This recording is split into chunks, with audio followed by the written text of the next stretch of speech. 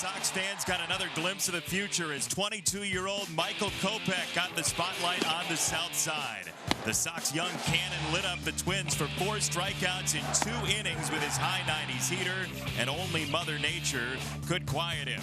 Today, the Sox send the red-hot Carlos Rodon to the hill, with the 25-year-old sporting a sub-2 ERA the last 6 weeks. Sox and Twins wrap up the series next on NBC Sports Chicago.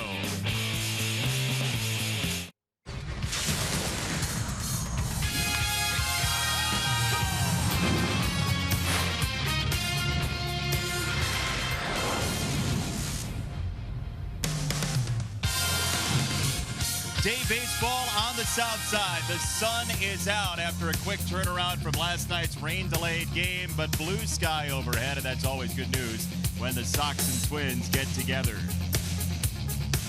Thanks for joining us once again. Jason Benetti, Steve Stone along with you. Chuck Garfien is downstairs, and yesterday just a small taste of what we'll see in the future for Michael Kopech. 22-year-old went 2 innings, struck out 4. What'd you think? We didn't see quite as much as we wanted, but what we saw, he was awfully good. It was electric at the ballpark. He was electric last night. The fastball was very good. The breaking ball was surprisingly good. We wanted to see a little bit more, but what we saw was plenty good. Well, it's an eye to the future as well for the Sox in terms of that starting rotation, but don't forget about Carlos Rodon, who just a couple years ago was a first-round pick, and he's been pitching like it. Last 7 times out, he's been absolutely brilliant. Almost unhittable. The ERA below 2. Last time out against Detroit, he was exceptional. 3-0, 160 ERA in his last 7 starts, and the Tigers could do absolutely nothing with him. The slider was exceptional, whether he kept it away or whether he threw it down and in. Tigers had no answer for that, and Carlos has been throwing it the way you thought he would. Coming back from surgery, he's been absolutely brilliant the last 7 times out. We told you. Kyle Gibson, who is a sinker baller, the last couple of starts, he's also been brilliant. He's had a very good year this year. He's a good athlete. We should see that today, and hopefully this pitching matchup will go quickly. The Sox will win, then it's off to Detroit. It is to start a 7-game road trip, but business to take care of. It's officially kind of a rubber match in this series, which started at Target Field. Sox used the power to get the win in game number 1. But yesterday, in the rain, too much Eddie Rosario in Minnesota. So the deciding game 3 coming up.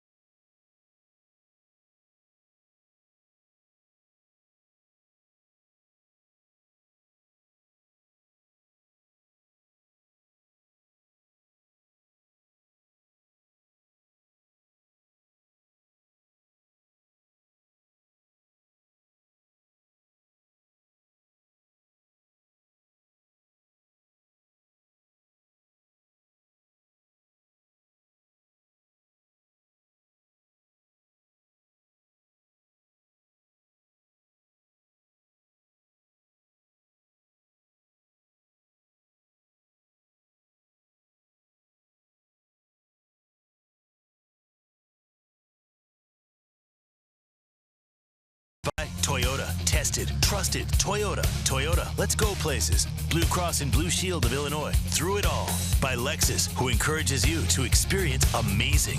And by Miller Lite, the original light beer. Miller Lite. Hold true.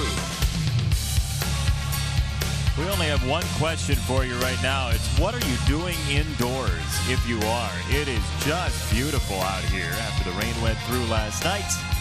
Partly sunny skies or partly cloudy, however you care to see it. Carlos Rodon is on the hill, and he will face the Minnesota Twins, who are 60 up and 65 down. And here is the Webb Auto Group starting lineup for the birthday boy, the manager, Paul Molitor. Logan Forsythe and Rosario and Polanco, no Mauer this afternoon.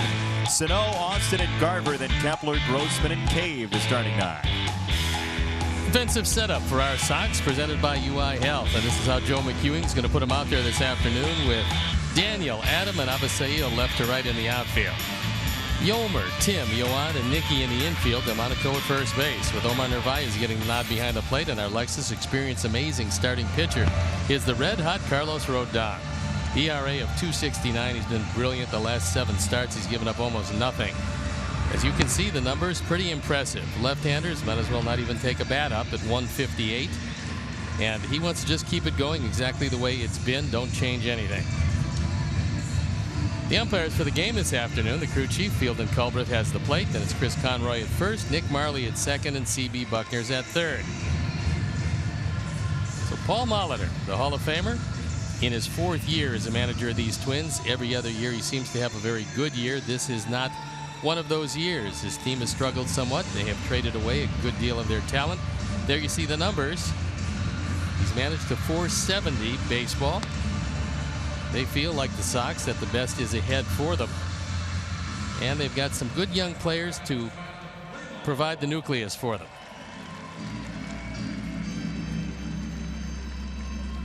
So with the Sox ready to wrap up a very short homestand and head on to Detroit and New York, we're ready to play baseball. I'm ready to turn it over to my spunky play-by-play partner, Jason Benetti. Well, it's dayside baseball, Steve. You got to have a little energy, right? You have to have some of that, certainly, and spunk would help. As Lou Grant said, you got spunk. Yeah, and I hate spunk. I hate spunk. Carlos Rodon, Logan Forsythe will tangle to start the game. First pitch, strike one, as called by Fielden Culbreth. And we are off and running at Guaranteed Rate Field. A minute late, 1:11, 76 degrees, and beautiful this Wednesday afternoon. Into the gap in right center field and cut off as Avi gets there for a leadoff single from Logan Forsythe. Back-to-back days, a leadoff single for the Twins.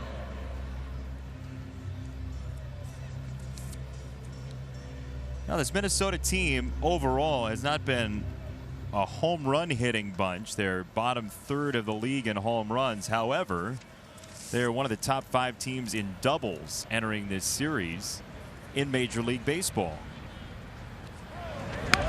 Rosario stabs a bunt foul.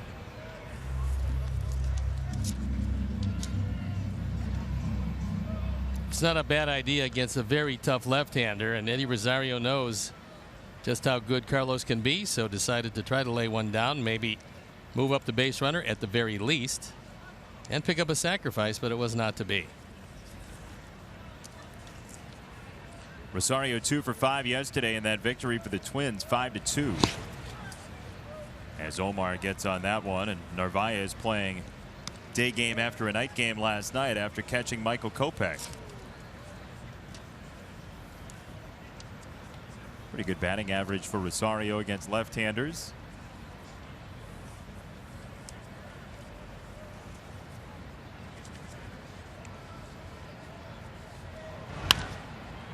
He loops the ball foul, 1-2. Carlos gave up a hit on his slider in that last start against the Tigers in the 8-inning affair at Comerica Park, and that is just the 5th hit he's allowed on his slider this year. Opponents are 5 for 68.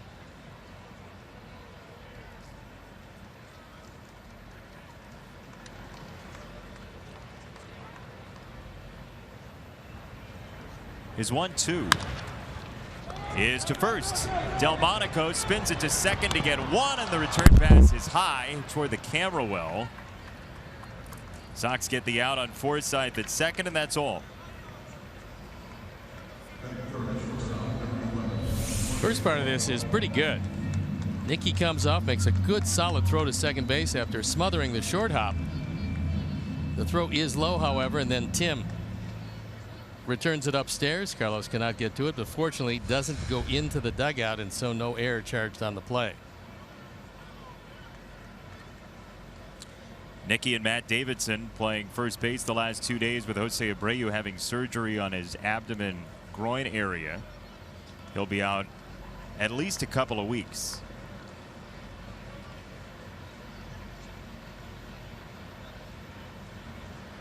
Polanco takes ball one with Abreu on the DL. Jose Rondon has come up from AAA Charlotte, so the Knights have lost their home run leader, Rondon, with 18 in AAA this year.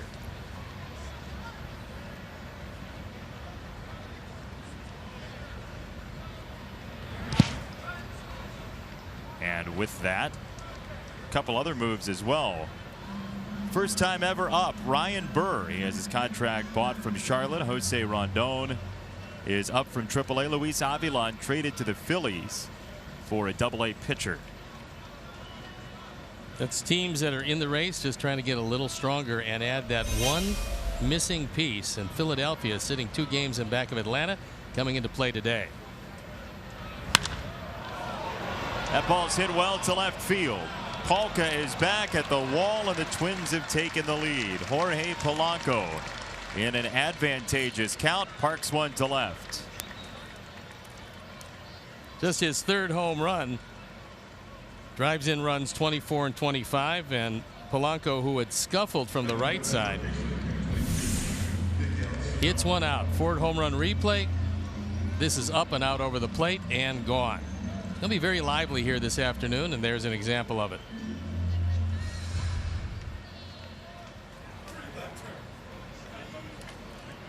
Rosario scores in front of Polanco, and 2 in with 1 out for Miguel Sano. That AA pitcher who the Sox got in the Avilan trade is Felix Paulino, who had a 3.91 ERA between Advanced A Clearwater and AA Reading. So he's been assigned to AA Birmingham, where the Sox are stocking up on pitchers that they've gotten for relievers already this year, like Cody Medeiros, who went 8 innings recently, the former Brewer farmhand.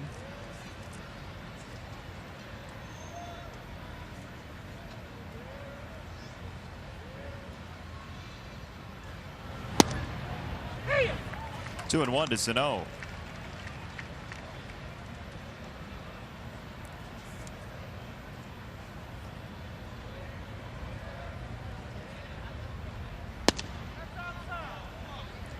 A little bit outside, 3-1 to Miguel Sano, who doesn't have a hit so far in this 2-game series split between here and Minneapolis. This is just the 60th game that he's played. He had a year where he was sent to the minor leagues. Has not been the kind of year that he would have liked, with a batting average in the 2 teens.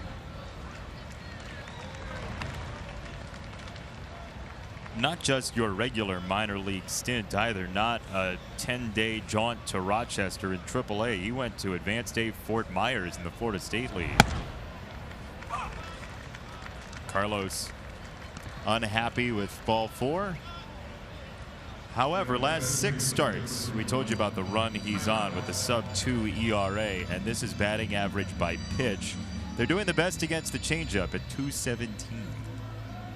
And that isn't all that good. So the changeup is getting better. When he gets confidence in throwing it, he throws it a bit more, but he's got to start throwing it first to be able to get confidence in it. And right now he's still struggling with command of the fastball. Yeah, when you look, and the best batting average against any pitch is 217. You're doing real well. You're doing very good. Tyler Austin takes ball number 1. Carlos throws that changeup about 15% of the time, almost exclusively to right-handed batters. He's only thrown 4 changeups all year to a lefty.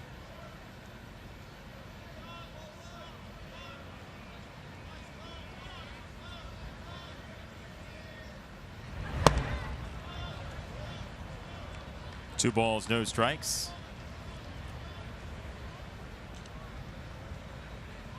Minnesota has a series coming up against Oakland. They'll play the A's for 4. Oakland in action later on this afternoon, trying to keep that deadlock or take control of the West from Houston. Astros won last night against the Mariners, dropping Seattle 4.5 back of Houston and Oakland now. Their record's identical at 76 and 50. Seattle battling, just winners of 5 of their last 10. They're 4.5 back, and they still have a chance, but they got to pick it up. Standings in the AL West, 76 and 50 for both teams at the top.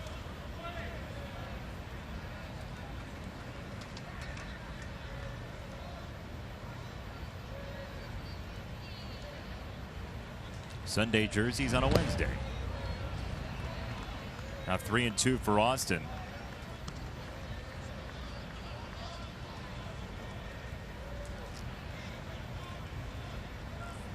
Mitch Garver in the on-deck circle. He had a big hit last night, but on that play, it looked he was going to drive home the go-ahead run, but Avi made one of the good throws he's made all year and helped record the out.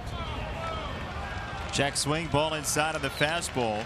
Back-to-back walks for Minnesota's Sano and Austin.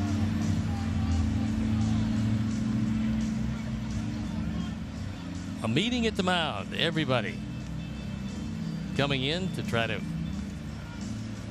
encourage Carlos to throw some strikes. Let's check in for the first time today with Chuck Garfien. Hey, Chuck. Hey guys, I was speaking with Carlos Rodon in between starts, and one thing he really hates are the walks. He says, when I have walks, when I'm walking guys, I'm not helping out the team. I'm pitching against myself. He only had 3 walks in his previous 2 starts. He's got 2 so far in this first inning. Yeah, he only really has had that maybe 2 flare-ups of the control that have massively hurt him this year. At Tampa, at Houston, combined 11 walks, 11 of his 29. But if you're at the game and you're sitting close to the front row or even a little further back, when Carlos throws ball 4s, sometimes you want to cover the ears of the little ones. He gets very frustrated with himself. Yeah, we already had that happen once today. Ah, yeah, did we? Yeah, we did. Well, he realizes that on ball 4, there's nobody behind you who can possibly help you out. Yeah, that's true. So at this point, it's been command of the fastball that has really done him in. If the fastball command comes back, he'll be able to throw the rest of the pitches at least close enough to the zone to get a swing.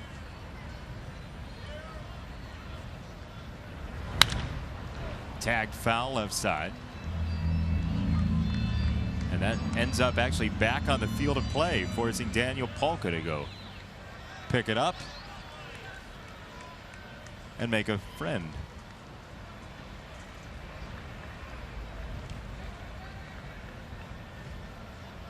A very happy friend of a friend.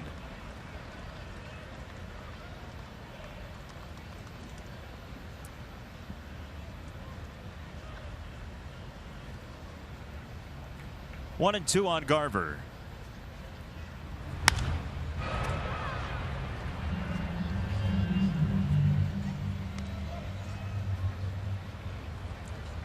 Well, yesterday night, it just felt different in here. Everybody standing on 2-strike pitches. Michael Kopech had 20,000 plus hanging on every throw. Well, he got a standing ovation as he walked to the bullpen to take his warm-up pitches. So when you do see that, you realize there is some electricity around the old ball yard, and there certainly was last night. He was very honest after the game, too. He said, though he looked composed on the mound, and we saw him making that motion with his hand over his heart, he said his lip was quivering as he went out to the mound, which he didn't betray that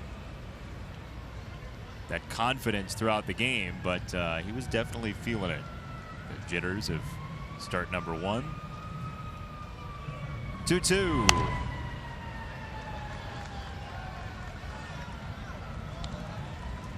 Pitch number 28 on the way, and this has really been a battle here in the first inning.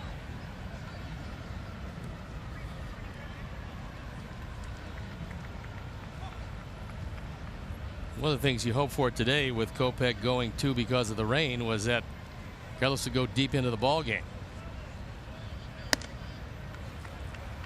Especially with the lack of off days coming up. The bullpen did get slightly restocked with Avilan leaving. He threw an inning and a third last night. Burr coming up from AAA with a pretty fresh arm. He last threw 3 days ago.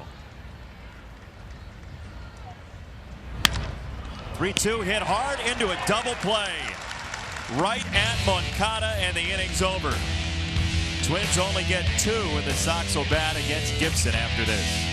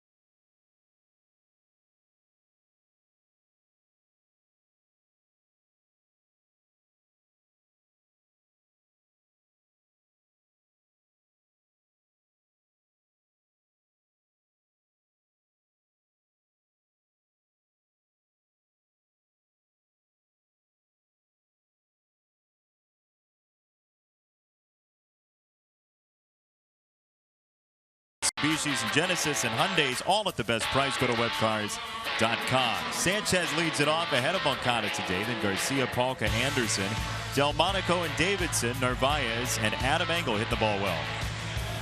Defensive setup for the Twins, and this is how Paul Molitor is going to put them out there today with Grossman, Kepler, and Cave in the outfield. Then it's Sano, Polanco, Forsythe, and Austin in the infield. Mitch Garver's got the plate, and our Lexus Experience amazing starting pitcher is Kyle Gibson on for his 26th start.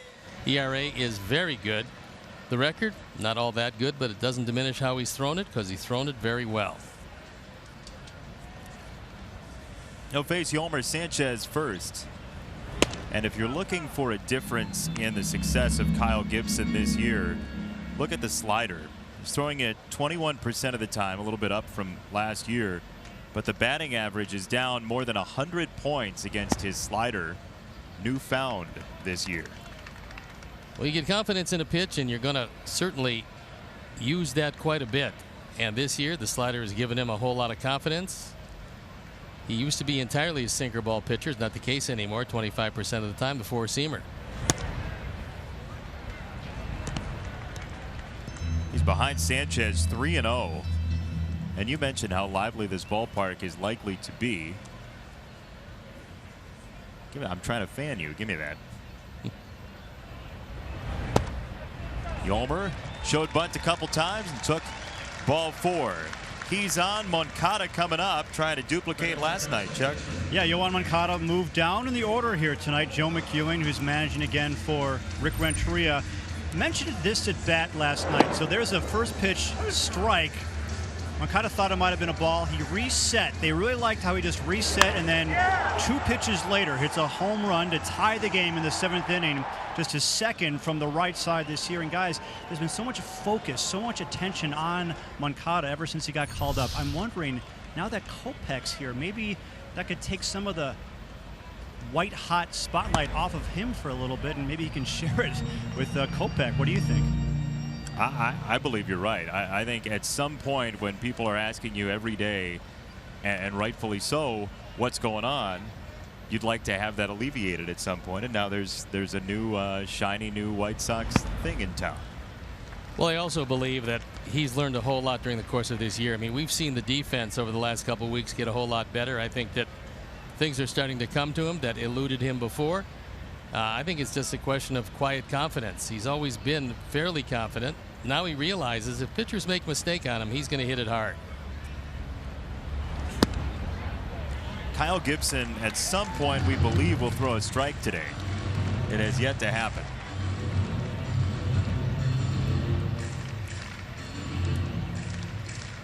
Can't promise anything. He's had pretty good control this year. This is an oddity for him. 3-0. Now 3-1. Told you. Eventually. I felt comfortable on that limb. Sturdy ground. Sanchez at first, 3 balls and a strike.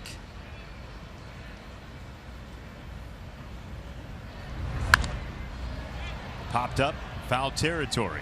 Third base side. Sano in the sun.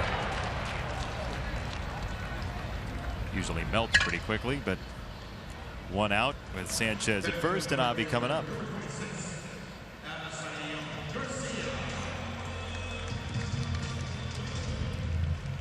See how Avi reacts to, at least for now, being in the 3 spot previously occupied by Abreu. Typically, lineup changes don't have massive effect, but sometimes they do spark something.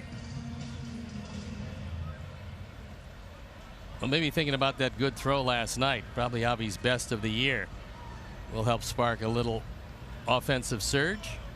The Sox looking for a few runs. Yolmer runs, throw to second, is on time. He's out. Twins can throw it from behind the plate, huh? Well, Garver's got a nice arm. Normally delivery is a bit of a problem, as Yolmer thought at first that he was safe.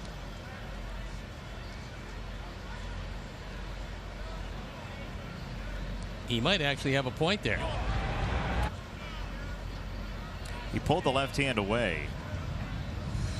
And Yolmer is still standing at second base. Hanging out, taking it in.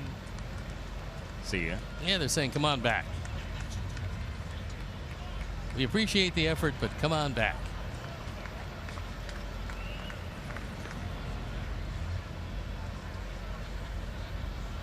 Especially so early in the game. If that were a 6th inning play, maybe the Sox challenge that.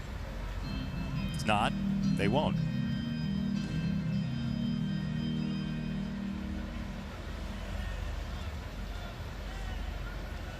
Gibson was literally 1 pitch away from being in a big jam, and now nobody on, 2 out.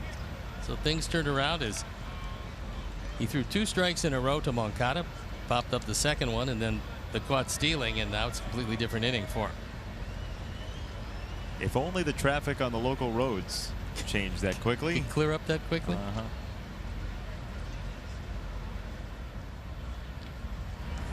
Kennedy could learn a lot from Kyle Gibson here in the 1st inning.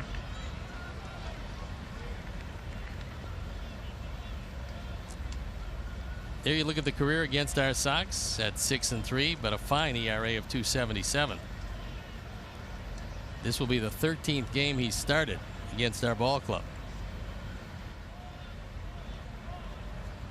2-2. Punch to right field and in. First hit today for the Sox, an Avi single here in the 1st.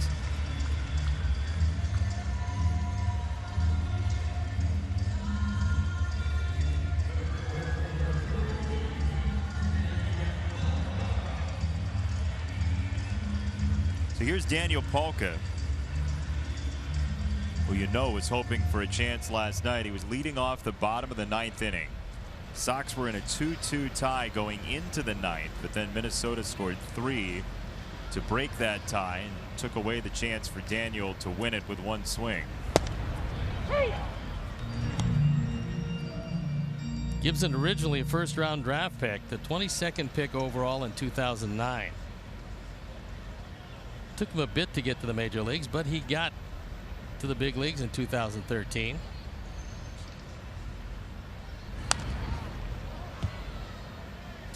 He's a Mizzou guy.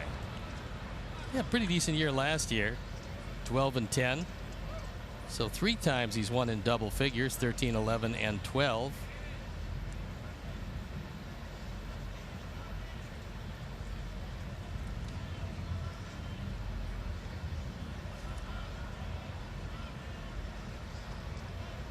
Oh, 2.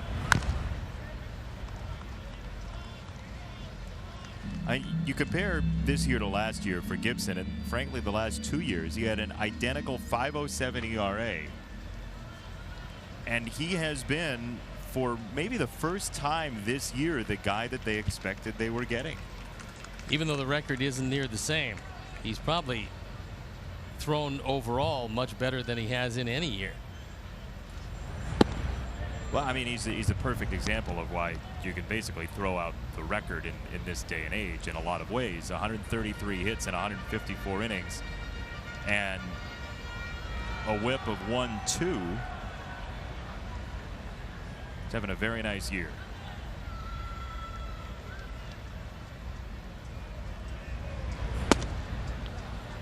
Well, you have to have remarkable stuff to be a dominant pitcher for a team that's less than dominant.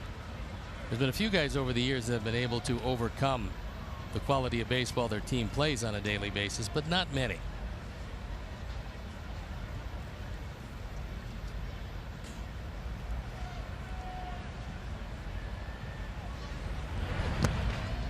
Three and 2 to Polka.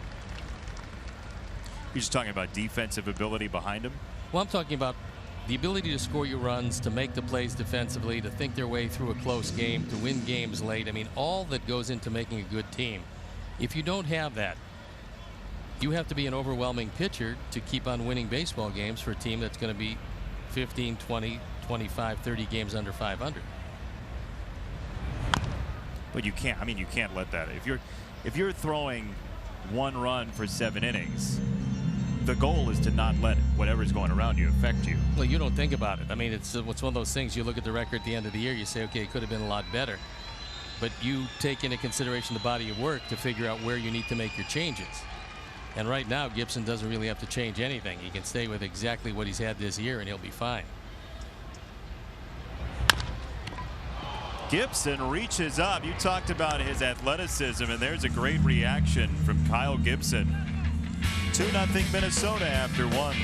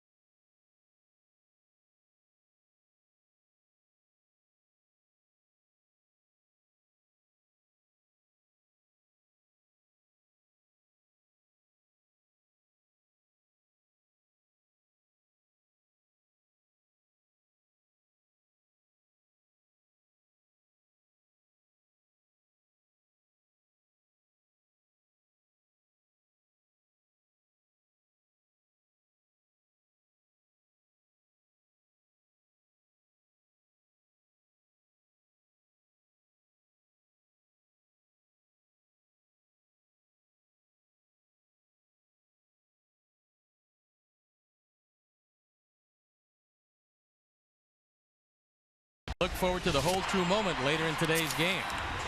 And we'd like to welcome all our viewers watching on New Paris Telephone's quality cable in Elkhart County, Indiana. I'm glad they gave him the quality cable. You don't want that substandard cable in your home. Well, you try to watch on a lack of quality cable. Yeah, and you get it's not the same. Yeah, it's grainy. That's why we have quality cable. And Thank goodness for that.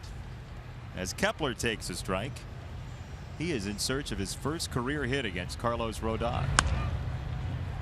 0 for 11. So he's probably not the Lone Ranger as far as the lefty-lefty matchups are concerned. Pretty difficult for the left-handers to handle Carlos Rodon and that slider.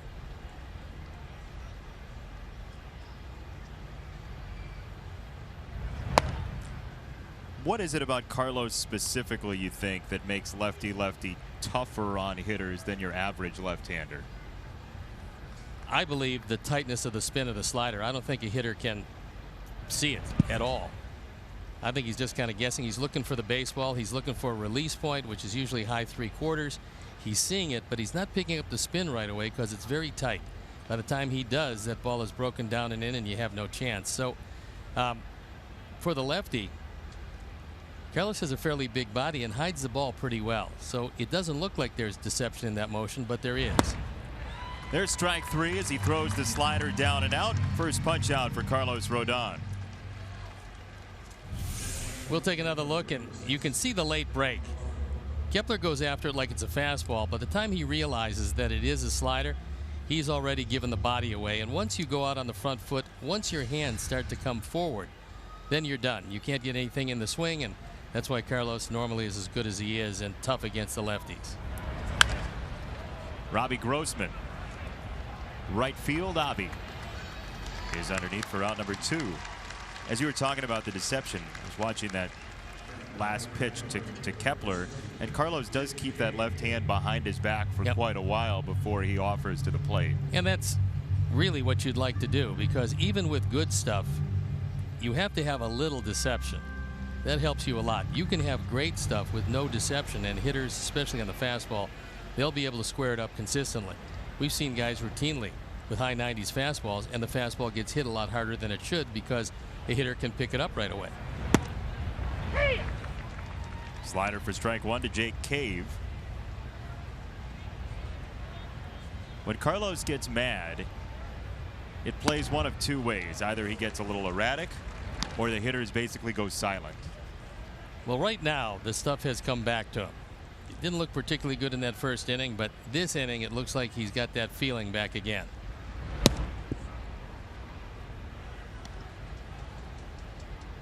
And you can tell when he's on the mound going right at the hitters, he's starting to feel pretty good about what he's doing. Quick work. Drops it in. Strike 3. Locked him up with the slider and a 1-2-3 second.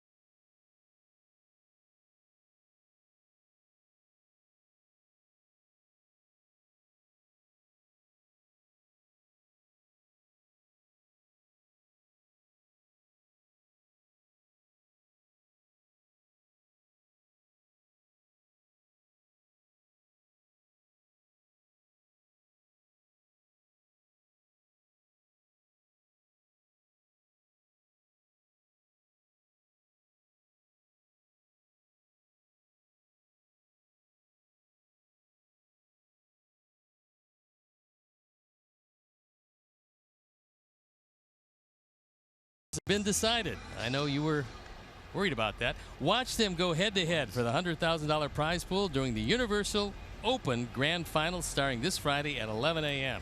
Catch the live stream all weekend long on Twitch. Yeah, so Twitch is this service where you go play video games and people can watch you play video games online. Yes. Well, I knew that. I mean, is there something special about it? It's 0-2 on Tim Anderson. To avoid calling you out on a complete lie, we'll move along to further action. A lot of players actually use Twitch. Our former compatriot Derek Holland is quite often posting about how he's playing video games on Twitch, and you can watch. 1 ball and 2 strikes on Anderson. Special guest coming our way in the top of the 3rd. Jim Bodman, Chairman, CEO of Vienna Beef. My favorite guy. 1 down. And from hot dogs to Delmonico. And Nicky's been red hot. 3 home runs the last 5 games, getting pretty much good swings each and every time up. And getting a lot more play. We see him at first base today. He's already made 1 good play.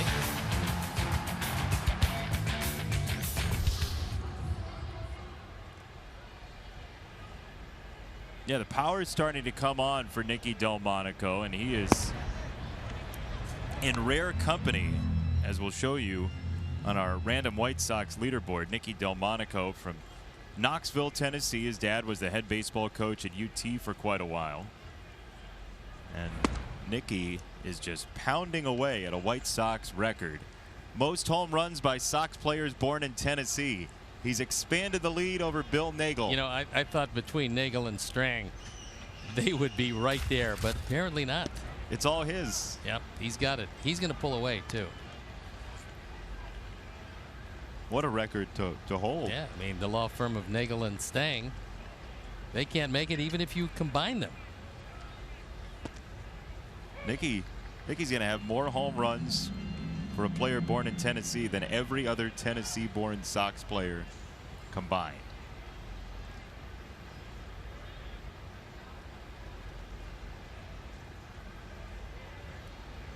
Three and 1. That one's hit well, all the way to Rocky Top, 2-1.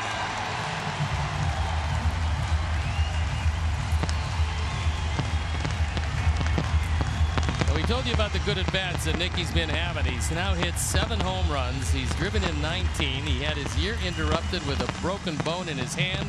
And since coming back, he has found the magic. Gibson got careless with a 3-1 fastball. It was right down the middle. Our Ford home run replay is gone.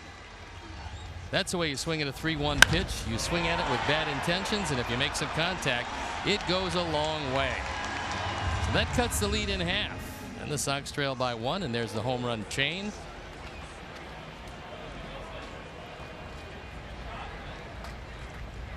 Nicky's had that thing on more than anybody since it's shown up. He's been wearing it a lot. Could be part of his garb before it's over. Delmonico iced.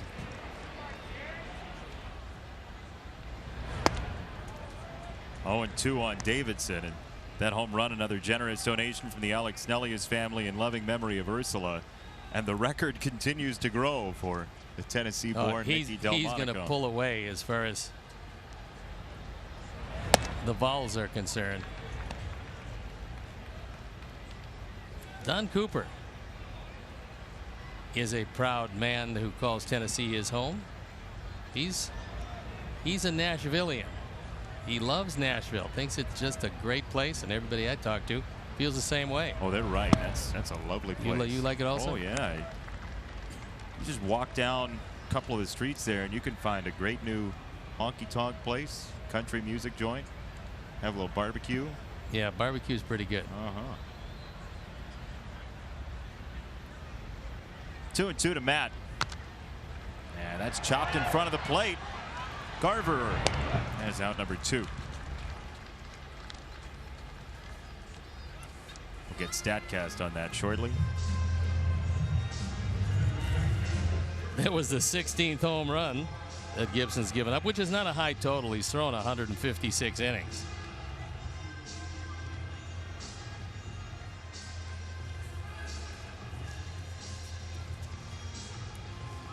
2 down for Omar. You do realize one of our fans today is going to get a year's worth of hot dogs.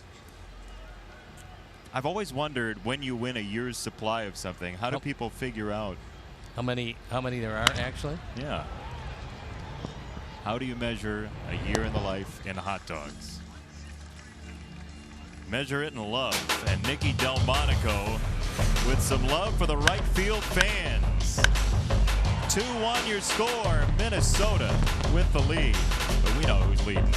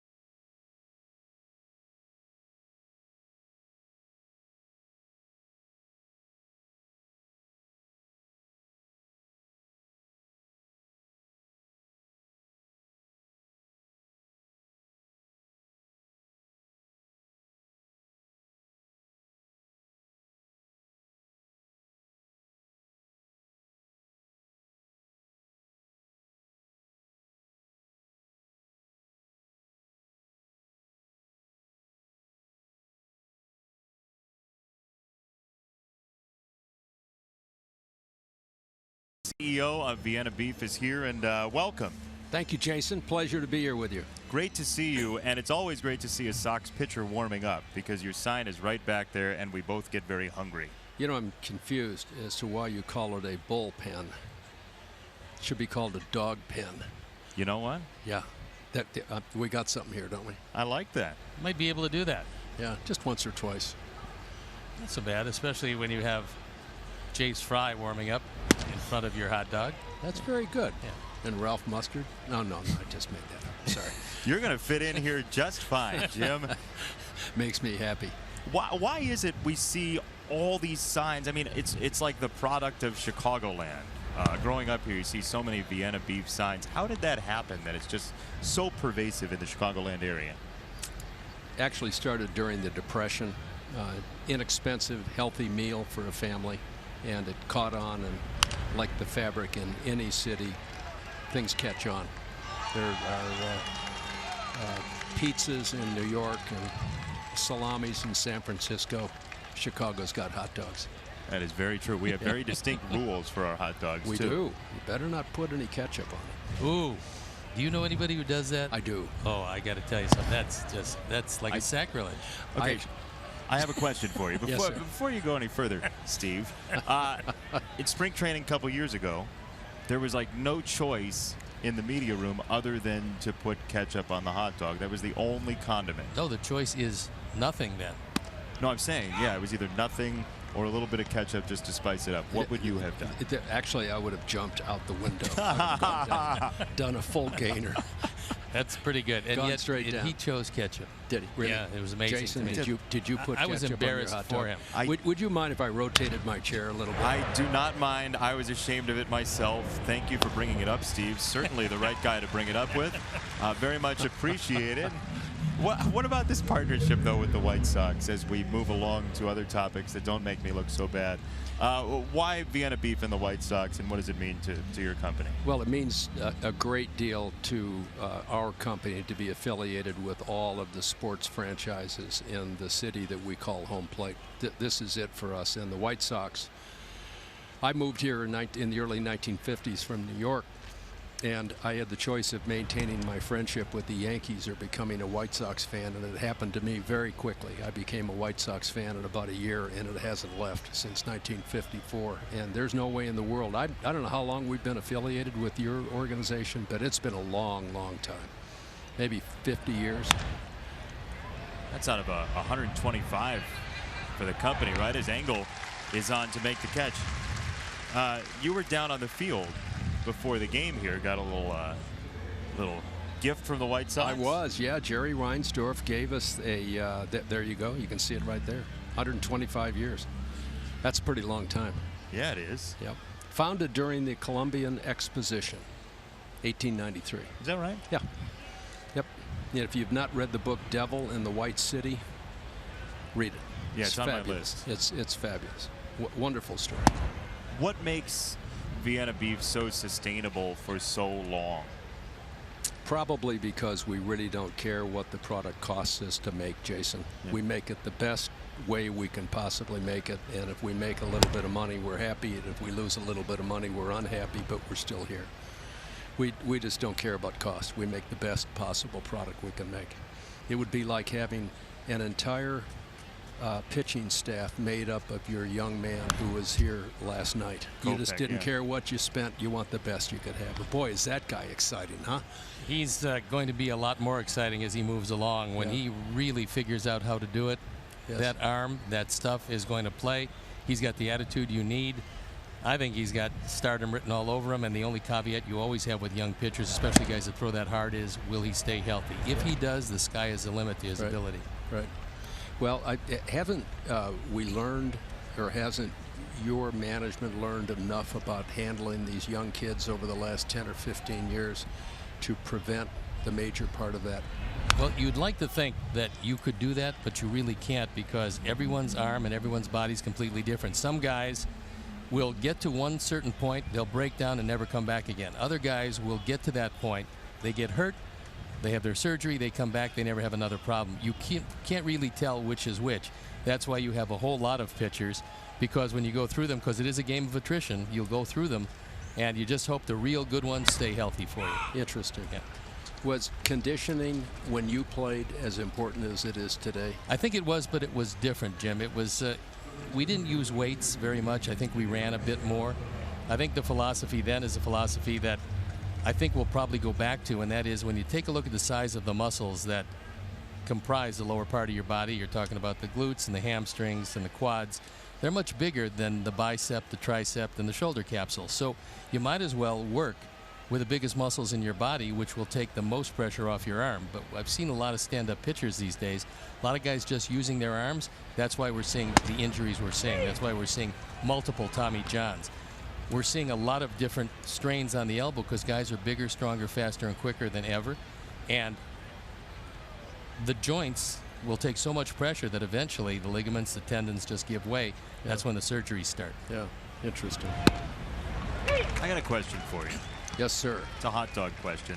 Oh, boy. Is that okay? I don't know if I'm qualified to answer this or not. I would hope you are. The ingredient or topping that people don't put on a hot dog that they should more often. Wow. Is what?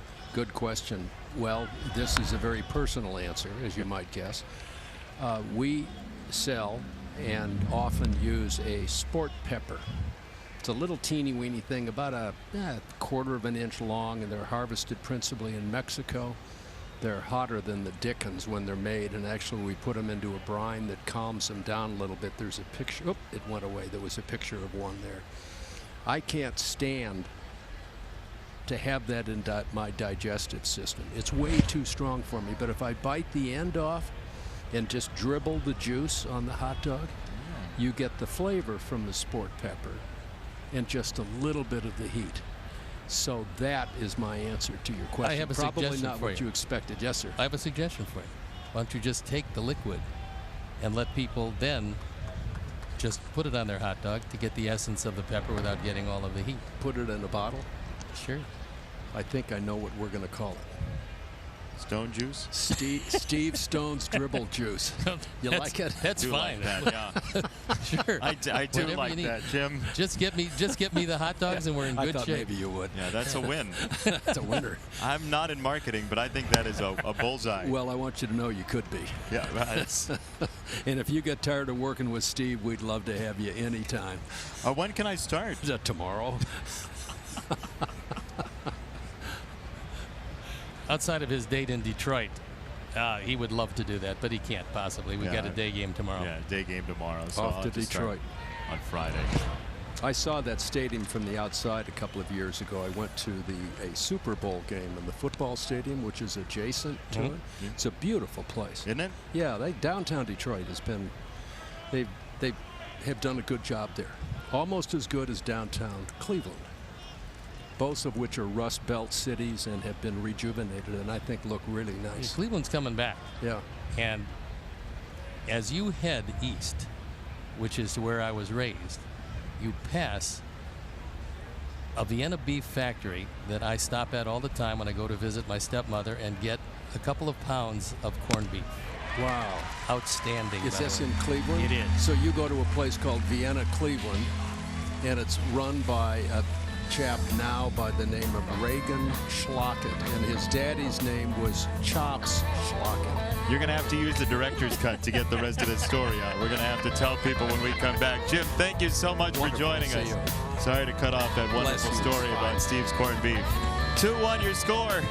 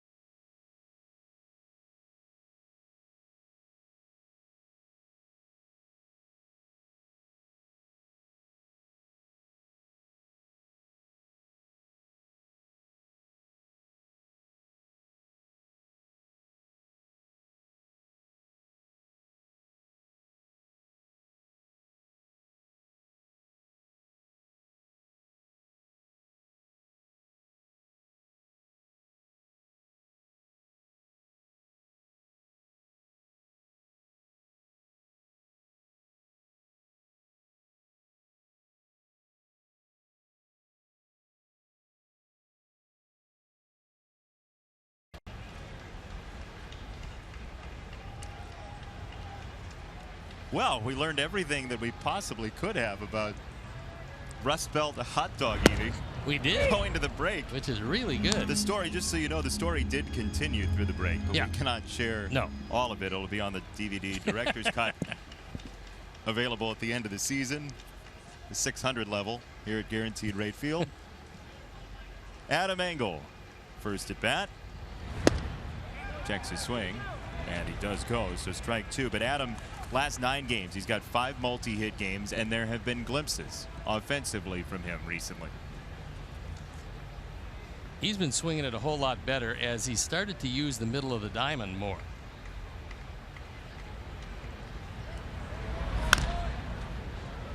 We got a tweet that I'd like to share. It is from @Shy Sox Talk. He says, the Vienna Beef Man on with Jason Benetti and Steve Stone is my hero. So Jim Bodman, you are the hero to somebody with the name Exploding Scoreboard. Jim was Twitter. a funny guy. Jim's real funny. Yeah. Big baseball fan, too. As there's strike 3. Angle is out on the Garver throw. And your 2018 Chicago White Sox are presented by Guaranteed Rate, your trusted teammate throughout the mortgage process. Experience the difference today at rate.com.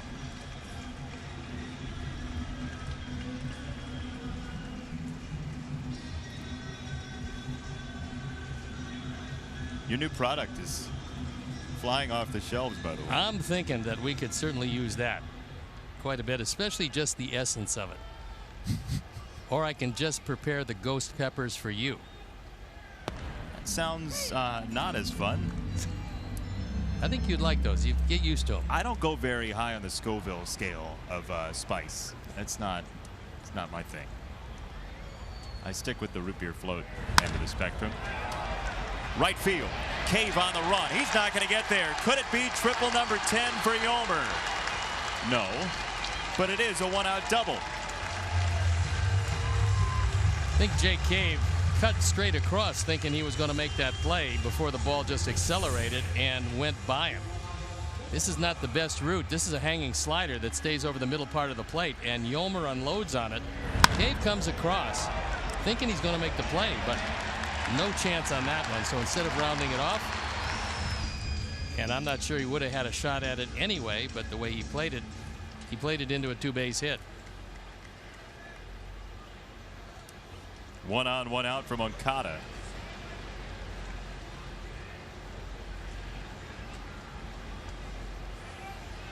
Yolmer continues to power away at his hit streak broken yesterday.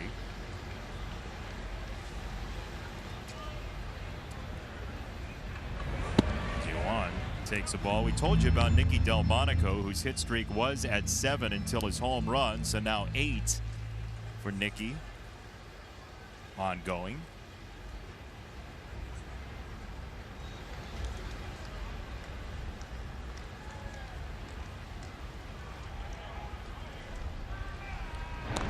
Second base safe. That appeared to be a type of pickoff play they don't use very much. It looked like he got the sign from Garver. And if you can make a pickoff play where you're not looking at second at all, where you just get the sign from the catcher, it usually works well. Now take a look. He doesn't look back to second until he's ready to throw. That usually is on a signal from the catcher. And when he gives you, sometimes it's 5 fingers, sometimes it's a fist, then you turn around and make the throw. That means whoever's covering second has already started to go there.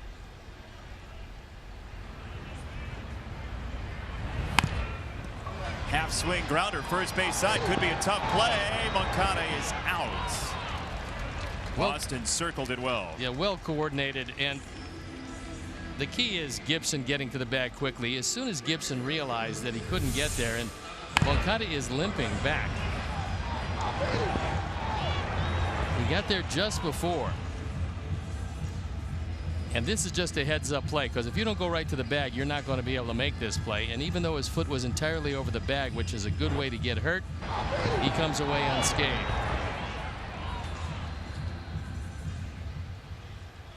Moncada just got to the dugout stairs, and you see that hitch in his gait.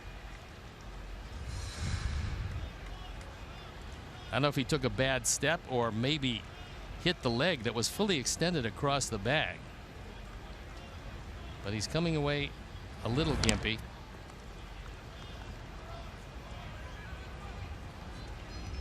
Brian Ball going to take a look.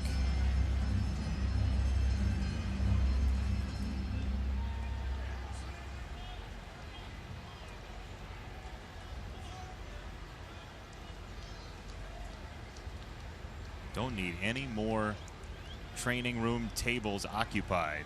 Now it's enough injuries for 1 year. Sanchez at third, 2 down.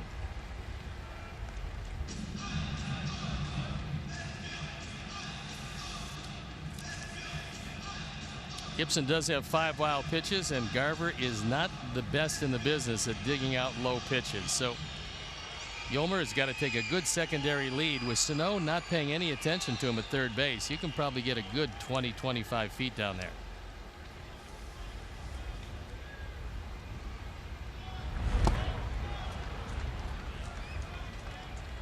Three pitches, all 3 out of the zone, and it's 1-2.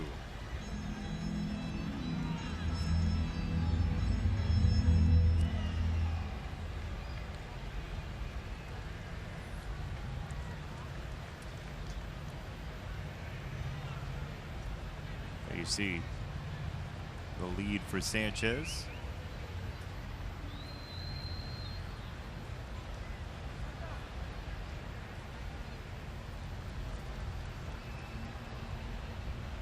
Roger would kill us if he knew we drew a yellow line on his field. And carried it over into the grass. Oh, the humanity.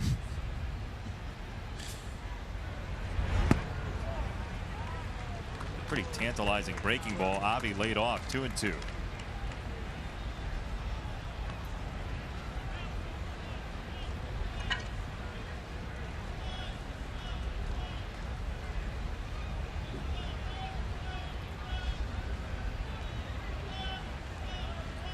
Told you Gibson gets a lot of swings and misses on that slider. Last one was the curveball. 2-2. Tried a fastball and got a ground ball to short. Polanco. One out double does no harm. Sox still trail by a run.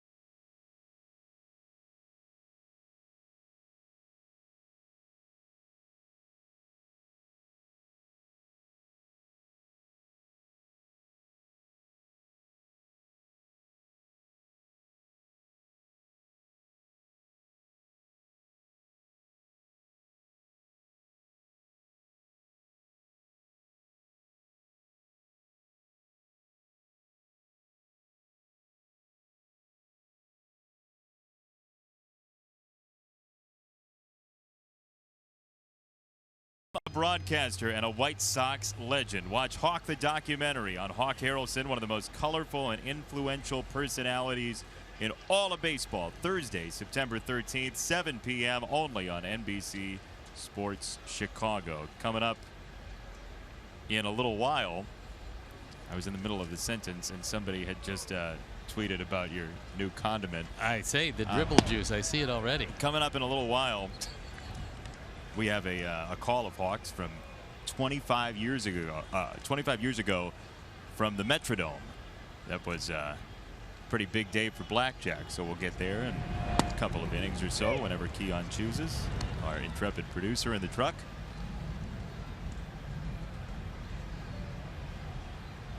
I had a root beer float before the game, and it was awesome. Ran into a young Sox fan who said, "What's that?" I said, "Root beer float." And he said, "Well, I make Coke floats at 7 in the morning." That was his response to my root beer float. And I said, "You know what? You win, young man." Yep. Coke float and eggs. Always good for Oof. breakfast. Can't do that when you're 50. You can. Sit Just there. doesn't work well, but you can.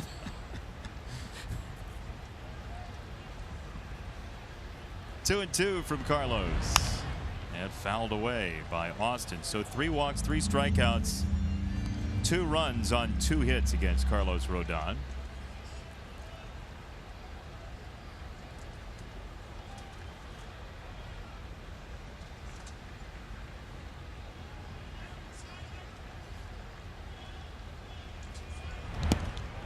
In the dirt, 3-2. A little popcorn. Drink's not for you, though. Why not? Because it's not.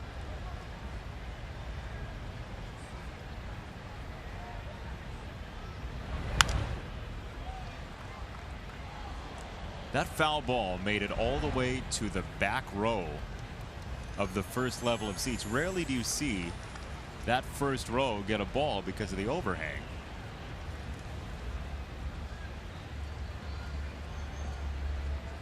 Just have to be lucky. He struck him out. Austin chases. And one out. Here's your Sox Math question for today. Hashtag Sox Math. First correct answer wins the prize off the shelf. Number of consecutive games the Sox have hit a homer in before today, multiplied by the number of consecutive Sox games with a rain delay. Here's what you can win, including John Stamos, evidently, on the prize shelf. That's an Elvis wig from Elvis Knight. Doesn't that look like Uncle Jesse? It does.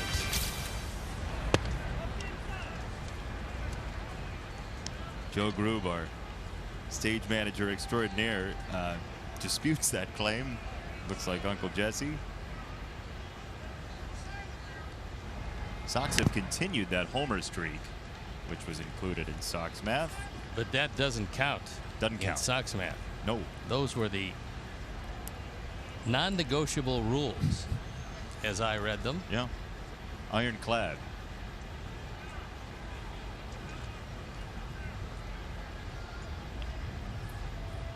Ball and a strike on Garver.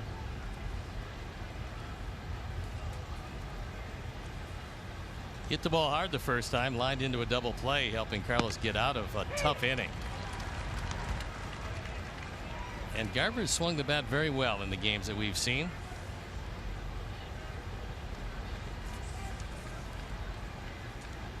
'27-year-old catcher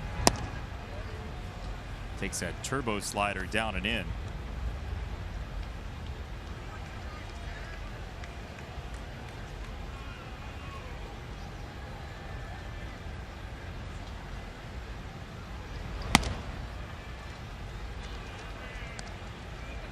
We've seen Carlos quite a bit try to, if he doesn't get the chase on that slider down and into a right-hander, either go to the slider away or the fastball away for a chase, or to put the slider in the zone. To right field, Avisail Garcia makes the catch. Hey, join the White Sox in honoring Chicago area police and fire departments. That's Thursday, August 30th, Police and Fire Night. First 10,000 fans get a Yolmer Sanchez celebration-themed T-shirt presented by UL. For more than a century, UL has been committed to fire safety. Learn more at ul.com/fire, and to get your tickets, visit whitesox.com/PDFD.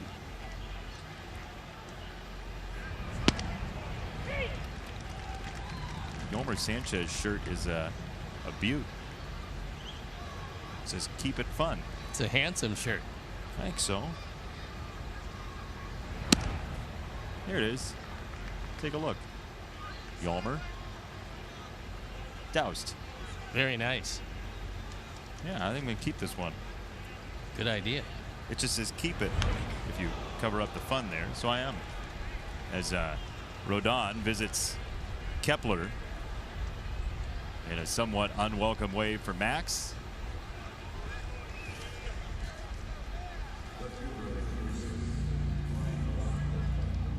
That's the 7th man that he's hit this year.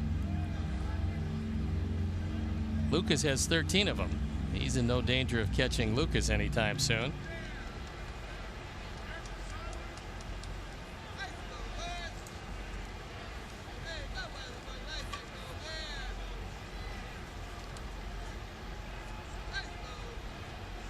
And to throw to first.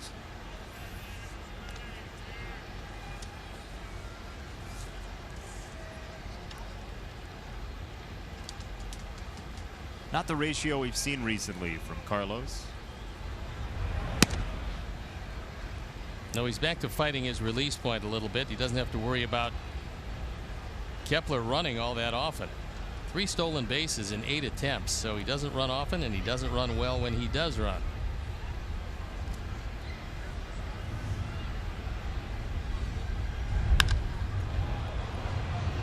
Charged up left center field. Angle on the run. Adam is there. As he always is. Kepler stranded. Bottom 4 on your way next.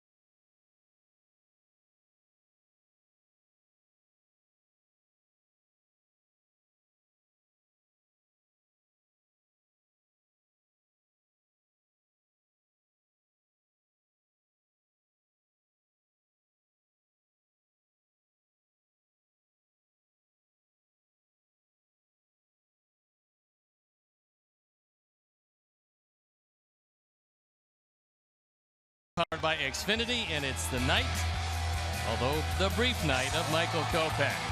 Couple of innings, 3 hits, 4 strikeouts, no walks. He did hit 1. And the fastball was electric last night. Well, and we talked about it. He had so much energy. He was so riled up for the start, and he was battling that as he went out there. He gave up a couple of hits, and you would imagine that after something like that, he would have gone back to the hotel where he's staying here in Chicago and just crashed. But instead, his family was at the hotel until 3 in the morning. So at some point in the future, Michael Kopech's going to sleep for like 36 hours, you'd imagine. But right now, that ain't happening. At that age, you can spend a great deal of time with the family, just reveling in a wonderful experience it was last night. Well, it's as much for him as it is for everybody else around him. Very much so.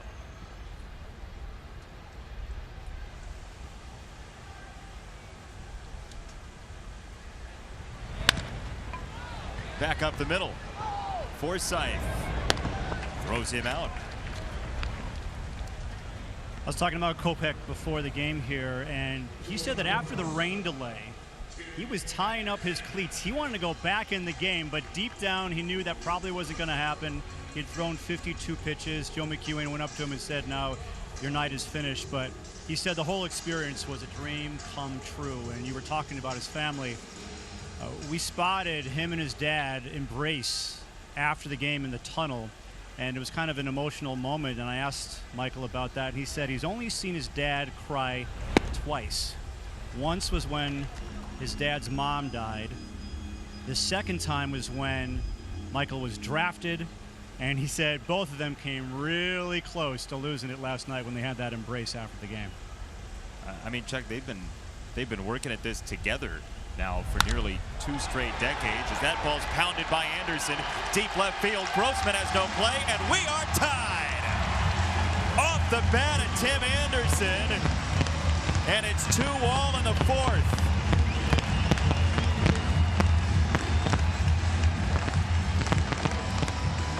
Home run number 17, RBI number 53. Tim Anderson got one up and out. Give that man the chain. He got a fastball that was belt high, inner portion, our Ford home run replay. Tim brings the hands in, gets a good part of the bat on it, and gives it a ride. Ice TA. Keep going, come on.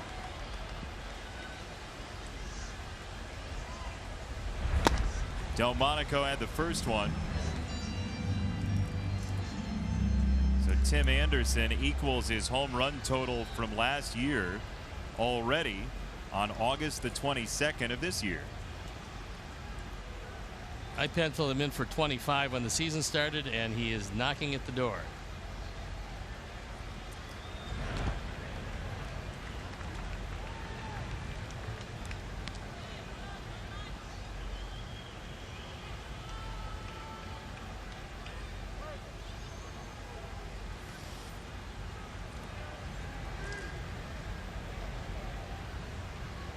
One. A lot of balls in play today against Gibson. 3 1/3, 1 walk, 2 strikeouts. He's got 6 ground ball outs, a pop out. The fly balls have been really damaging.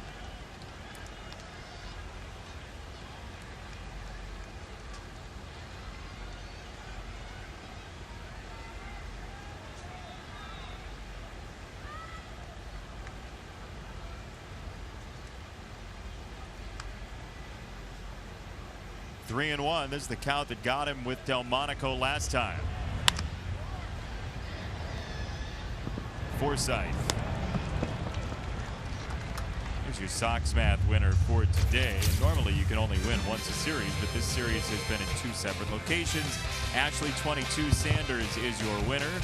He won just the other day. 13 straight games before today with a home run, now 14. Times 2 consecutive Sox games with a rain delay. 26 is your answer this afternoon. Congratulations to Ashley. She can win an Elvis wig, an authentic fan fanny pack, Tim Anderson bobblehead. And the Elvis wig is washable at least once. You know, I have to imagine, wouldn't you say that if you wash it with the rest of your clothes, it's probably not going to be a tremendous thing for the remainder of your wardrobe? Might be a little stringy Probably next not. time you put your cargo pants on. But it does say washable. Doesn't say washable often. It just says washable. I wouldn't. 2 strikes on Davidson.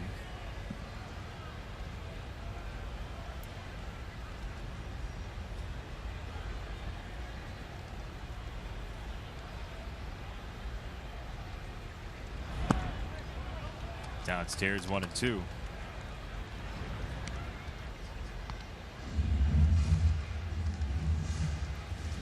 So Tim Anderson just crushed a ball for a home run, 100 miles an hour. Palka's ground out came off the bat at 105. So the Sox have been lethal in terms of exit velocity as Davidson strikes out.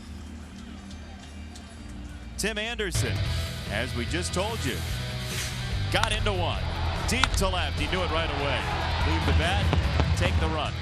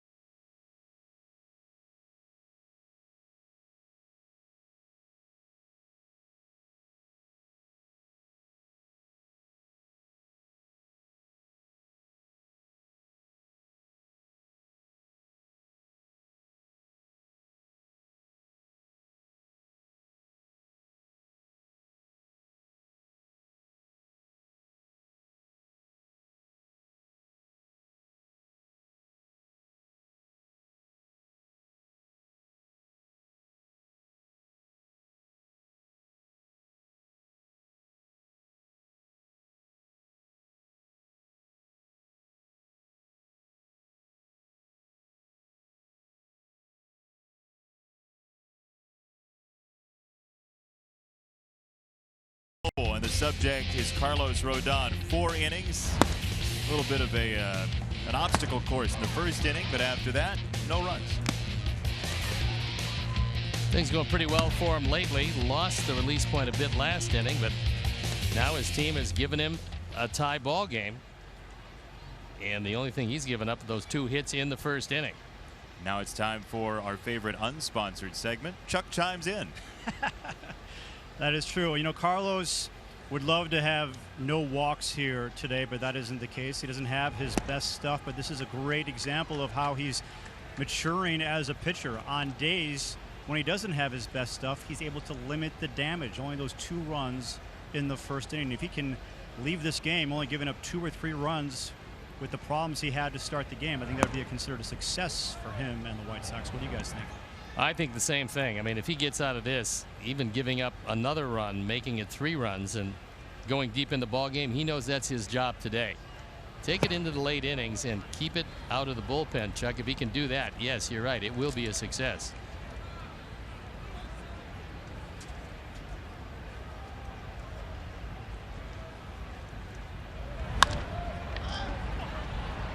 Rodon got some light contact from Cave that time, and Palka's underneath for out number 1. With a different spot in the rotation, you shouldn't really necessarily feel like a different person, but with Sale and Quintana gone, Rodon gets a little bit more of the burden on himself, and maybe some more responsibility brings a different attitude.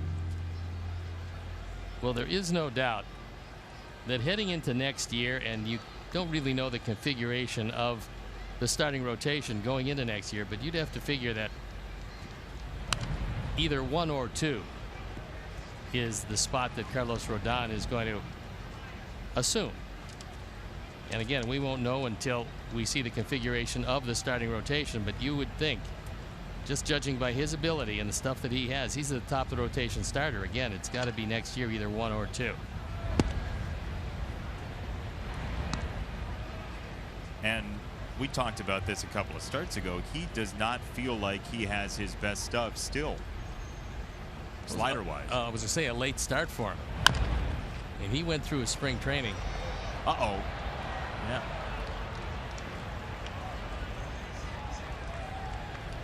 And Yolmer took a calculated gamble in that this one was going to go foul. It didn't. And at that point, there wasn't anything he could do except field the ball. Looks like that spin is going to take it foul, but it doesn't.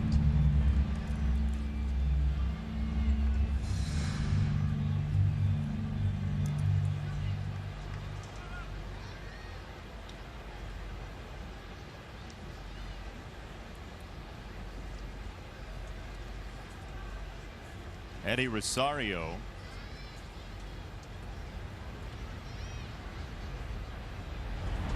who struck out 7 times in 11 career at-bats against Carlos.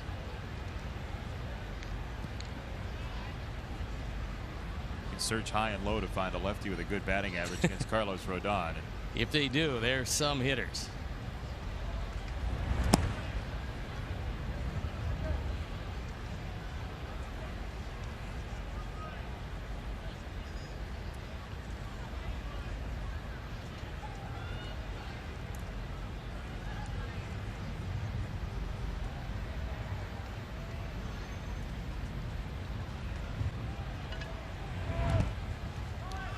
In the dirt, gets away far enough. Forsythe is safe.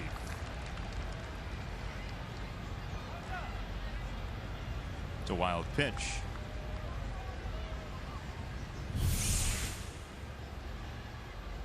It does get away, and no, he was not running, so it does go as the wild pitch.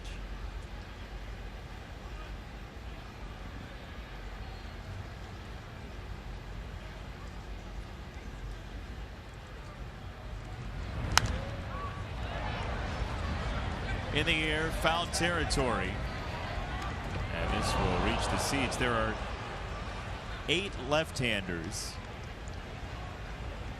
career who've had 10 or more at-bats against Carlos Rodon. 8 of them only one has an average above 214. That's Rougned Odor of the Rangers, who's 4 for 10. Michael Brantley's 2 for 20. Eric Hosmer 3 for 15. Kepler now 0 for 12, part of that group. And Rosario has joined them too. As Yuan throws him out, and 2 gone with Polanco coming up. Forsythe the third.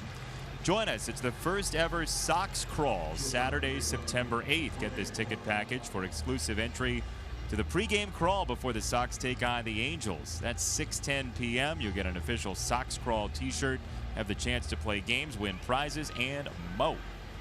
For more information, visit whitesox.com/SoxCrawl today. Sox stand will be next year.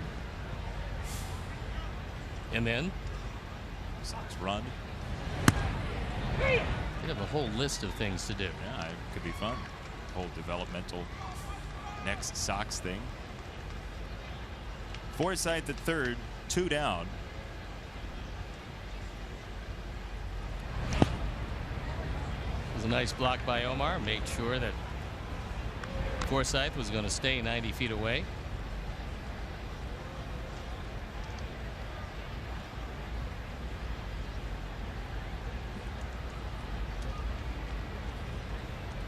And there he is. Gene Glynn administering advice.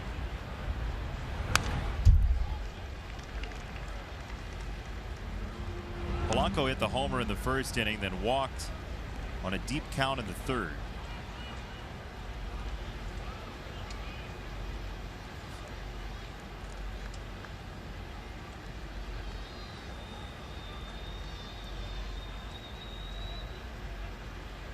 One, 2. Jorge Polanco, 2014, 5 games. 2015, 4 games. He had a grand total of 16 at bats. He was 5 for 16. Then a lot of playing time last year, his most by far in his career. And he did pretty well for himself. 30 doubles, 13 homers. Then the suspension to start this year. To third, Yomer. Cross diamond peg for out number 3. Both pitchers have made their way through some trouble. 2-2 after 4.5.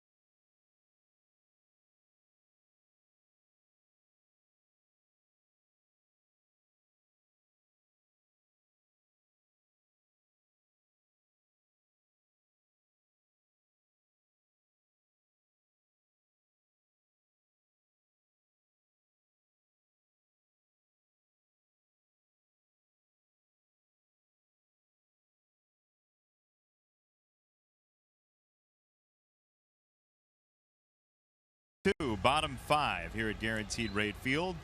Sox and Twins in yet another close game. Yesterday was down to the wire. Today seems to be the case. Got to stay hydrated. Very important on a day like today. Even just by being near the water, doing the job. Yep.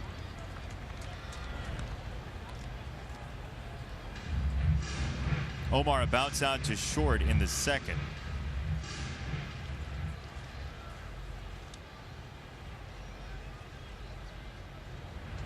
I think Omar went. He did. 0-2. That was one of the few bad pitches you'll see Omar swing at. He's got a very, very strong ability to identify strikes, and very rarely will go out of the zone to swing at anything.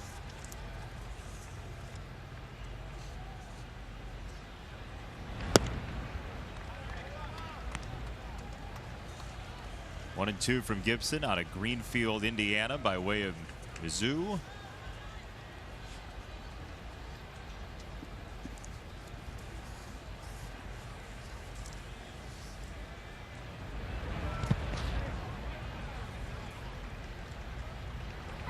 Did you ever play Mizzou when you were at Kent State? No. Seems like a team you guys might play. No, we didn't. We were in the MAC, Yeah.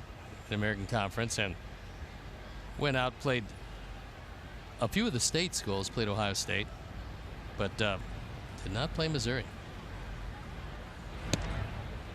Great journalism program over at Mizzou.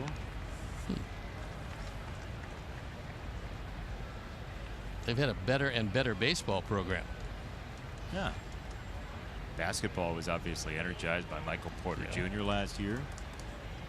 For the time he was able to play. Omar takes ball 4. Kyle Gibson takes on the White Sox today by AARP. We really need Aha's Take on Me for that feature. Well, you can see at guaranteed rate he's been awfully good. 5-1, his ERA a little above 2.5. This is 9th start.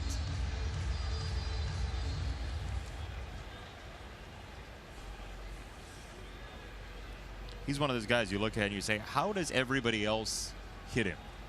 Because the Sox have struggled, at least at home, against Gibson.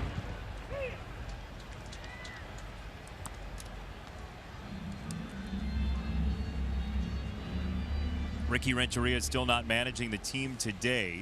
He was kept over in Minneapolis yesterday after missing the game on Monday. He was hospitalized after feeling lightheaded.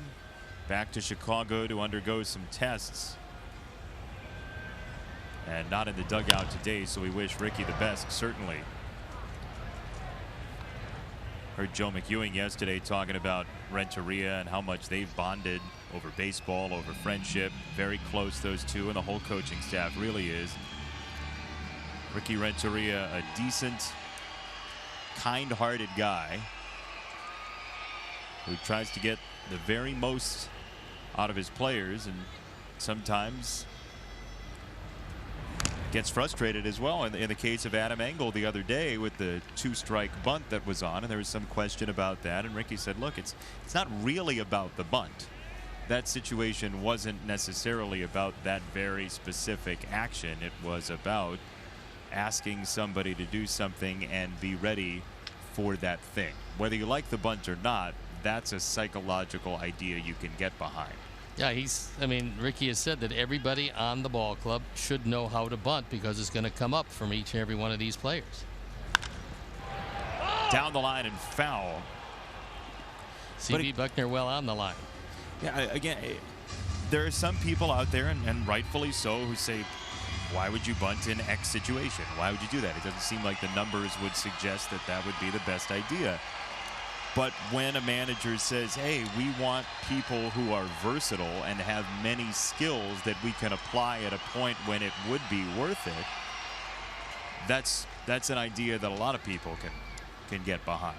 Well, that was Ricky's intention at that point. He said maybe it wasn't the most important thing to happen that day. He just wanted to see if Adam could do it. 0-2, lit up to left field. Grossman back at the wall. Gone! Adam Engel delivers a home run and hands the Sox a 4-2 lead as Hector throws it back. That's one of the hardest hit home runs we've seen because that one got out in a heartbeat.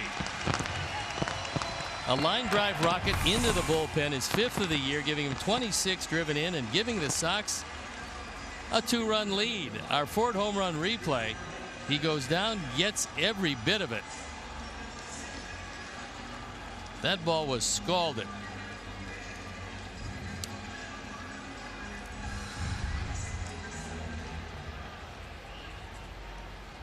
Adam Engel is starting to really hit the baseball. That one 102 miles an hour off his bat. Well, we've talked about Adam a lot. It's not strength, because he's got plenty of that. How smooth does that look?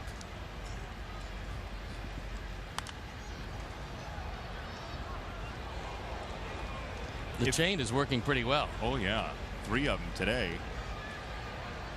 Actually, that chain is magic, because Tim Okay. Anderson put the chain on Nicky Delmonico after he homered. After Anderson homered, Engel put it on Anderson. Engel just homered. And I didn't have a chance to see who put the chain on. Oh, it was Delmonico? I've been told Nicky Delmonico put the chain on Engel. So the next home run will likely be from Nicky Delmonico. Unless they put the chain on you, Art Chuck. I want a homer. I don't know that there's any piece of jewelry that's going to get that done. Adam Engel wants that. He wants to retire that. Yeah, Engel Unchained is going to have to wait. He's going to take that out to center field, I think.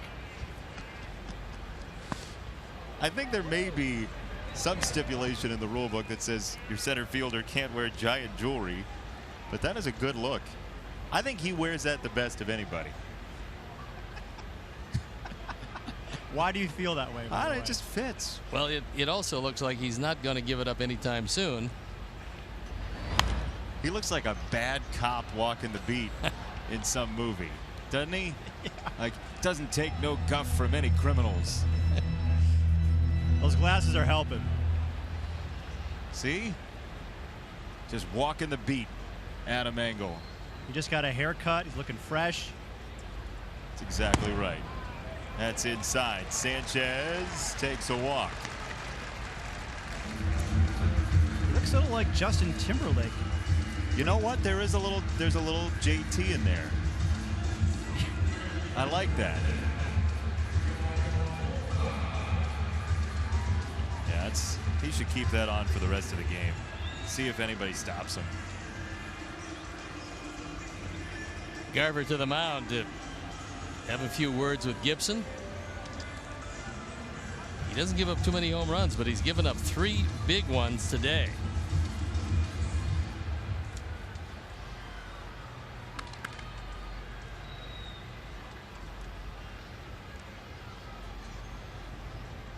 Gibson on shaky ground here in the 5th.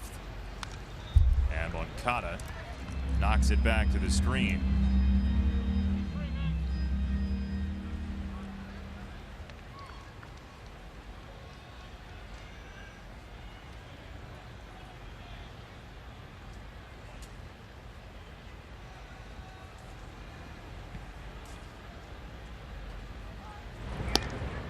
Yolmer's back, so it looks like Sanchez as the leadoff man is working out pretty well, huh? Well, right now, 3 at bats, 3 on bases. That's pretty good. Seeing a lot of pitches. 2 walks and a double for Yolmer. 2 strikes on Moncada.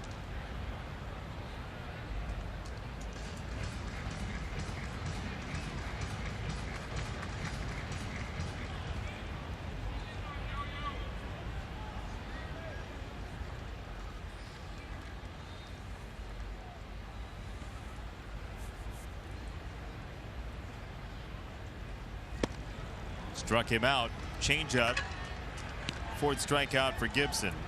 Hey, celebrate the legendary career of Hawk Harrelson as we honor him Sunday, September 2nd. Sox take on the Red Sox at 1:10 p.m. Coca-Cola Family Sunday. Parking with tickets as low as $5. Parking only $10. Plus, the first 10,000 fans take home a Hawk Harrelson nesting doll depicting him throughout his career. Get your tickets at whitesox.com today, and I would be remiss if I did not mention that today is also Carl Yastrzemski's birthday. Happy birthday, Yaz. That ball's pasted to center field. And Avi with a hit, moving Sanchez to second.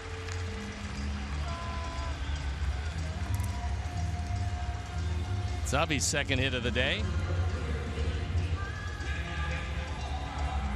And they're starting to stretch, at least, in the Minnesota bullpen, as Avi hits this one right on the screws. Takes it into center field.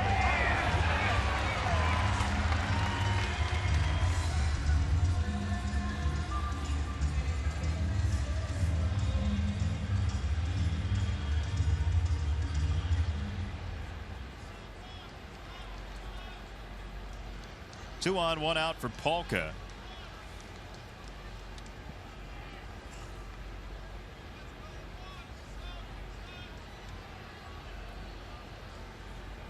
Can he set fire to this game, as Daniel sometimes is prone to do? One more birthday to tell you about. Happy birthday, Darren Jackson, Sox radio analyst. He is 55 today.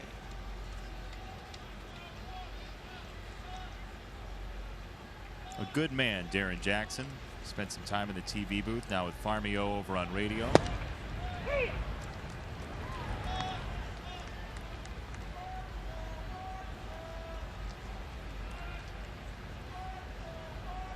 Mentioned Paul Molitor having a birthday today. Alan Buznitz in the Twins bullpen as well. Was born today in 1990. Very popular day. Yeah. How often do you see it? A manager and a player and a radio analyst all in the same stadium celebrating a birthday? Rarely.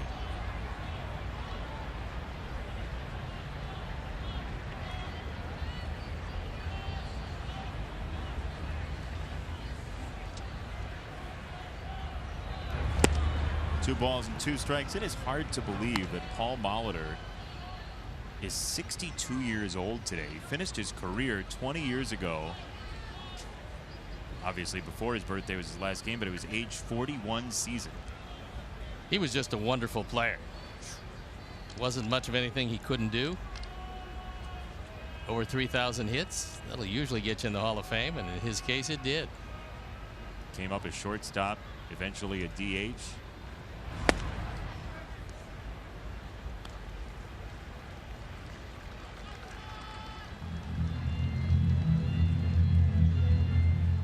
Three and two to Polka. 92 pitches for Kyle Gibson.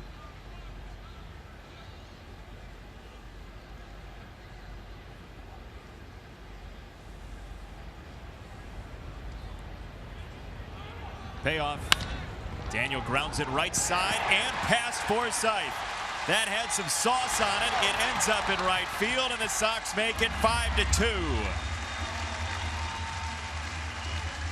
We'll have to see how that one is scored. It was hit hard enough to be a base hit. Forsythe was there, hit off the entire glove before it trickled into right field. So we'll wait and see what Bob Rosenberg has to say. Wasn't going to be two anyway, but had a good chance of being one. Instead, it turned into none.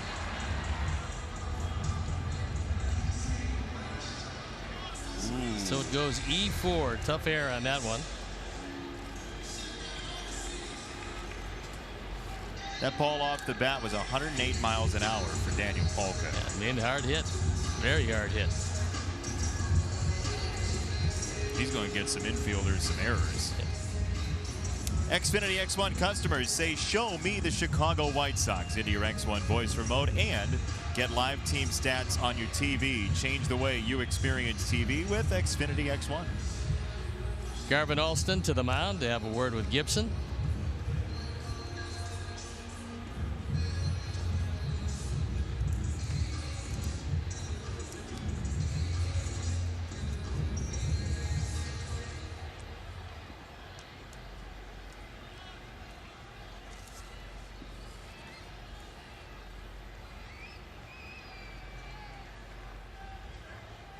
See if Gibson frets after Forsythe couldn't make the pick over at second. Anderson takes a high strike one. And the pen for the Twins is up and going. We saw him yesterday. Gabriel Moya for the second time in as many days. Twins inning eater from the left-hand side.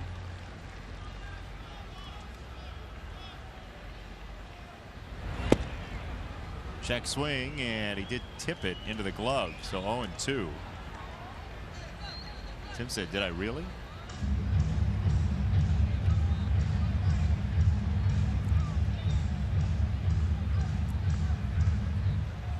Helmetless Avi. Covered Polka.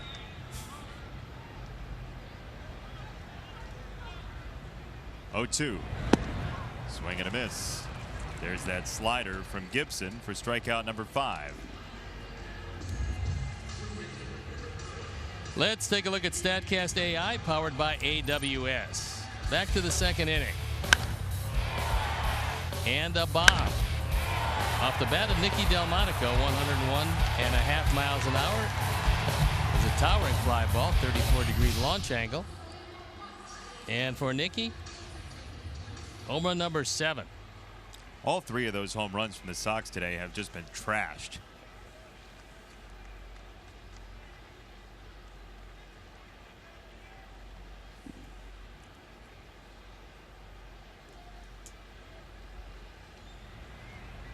Two on, 2 out. Visited Delmonico, 1 ball, no strikes.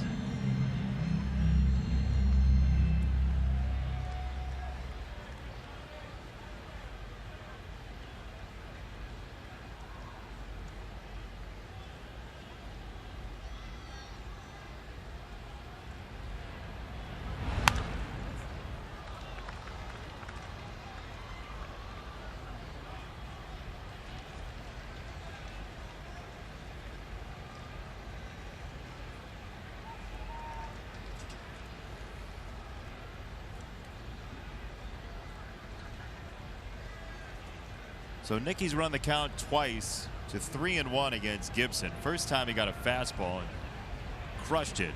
Second time he got a changeup and grounded to second. As that ball bounces away enough for Polka to advance to second base. That goes as a wild pitch.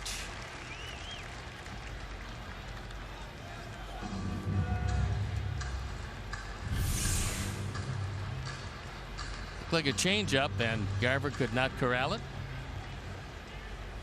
Avi couldn't move, but Daniel could.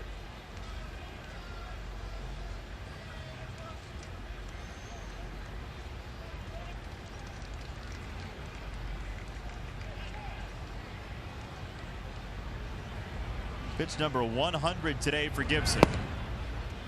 Runs the count to a third 3-1 count on Nicky Delmonico.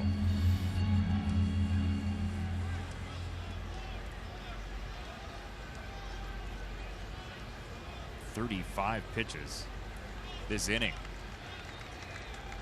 And they're going to go ahead and let him go to first. The 3-1 count didn't work out so hot the first time. No, figured you got first base open, you might as well take advantage of it. Problem is, you no longer have first base open, and he's walked 2 on the verge of 3 on his own in this inning.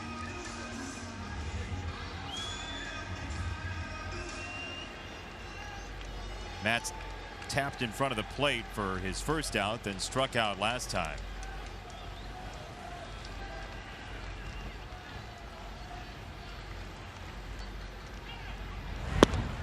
Slider, strike 1.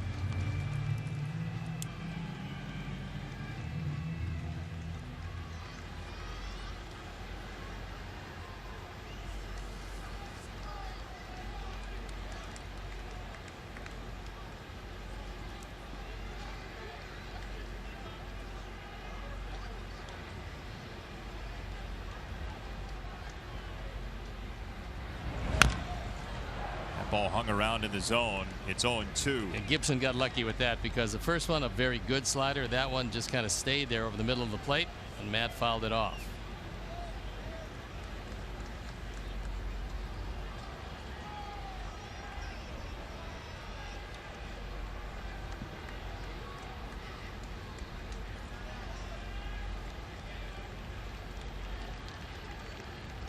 ninth batter of the inning.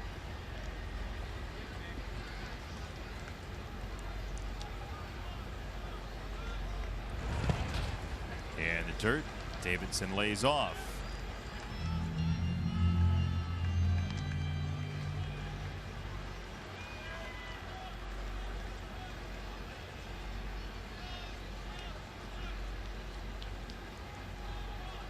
Well, there have been a couple innings that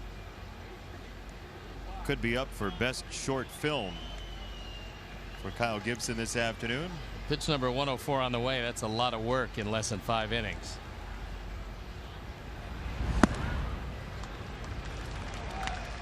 This one is approaching Ben-Hur territory. 2-2. A fifth inning that the Sox have used to lean on Gibson.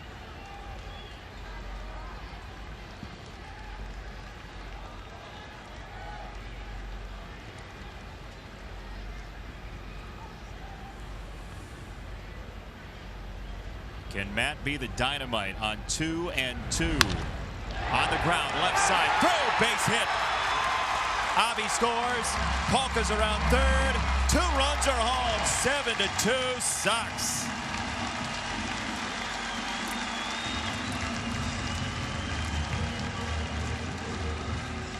Matt with 49 driven in and 2 big ones on that single through the left side. Polanco couldn't get to it. Grossman can't throw very well. Nick Capra taking advantage of that. And Paul Molitor coming out. That's going to be it for Gibson, who for the first time in a long time had a tough outing against our Sox.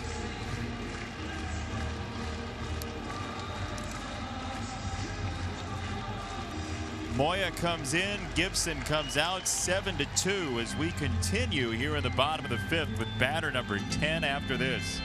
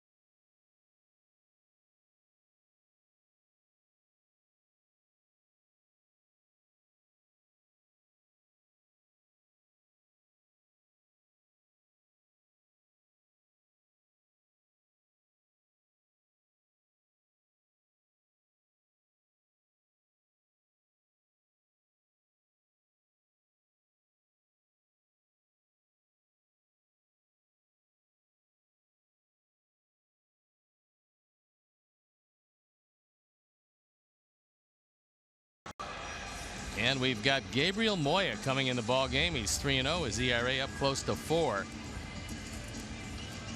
Not overpowering. Has interesting motion.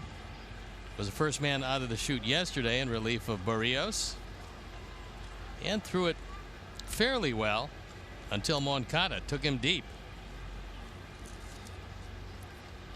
23 years old, the youngest member of the Twins bullpen. Moya replacing Gibson. And Omar has been hitting lefties pretty well of late. Second trip to the plate in the inning for Narvaez.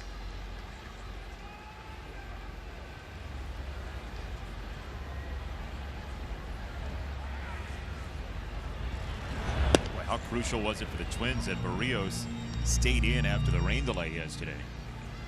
Yeah, really would have decimated their pen.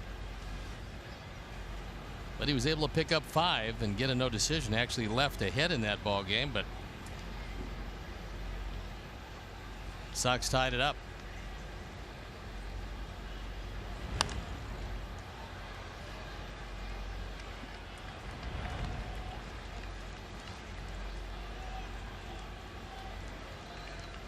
Sox and Twins will play once again the last series of the year. That's late September, which is not that far off.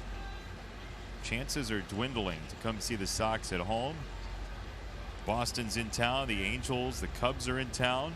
Indians. Would be remiss if we didn't mention the Tigers as well, because they're always on the schedule. Seeing a lot of those Tigers. A lot of Tigers. Lots of Tigers.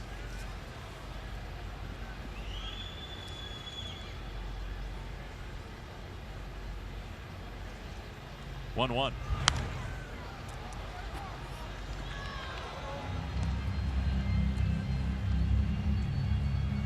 Three walks in the inning. 3 hits.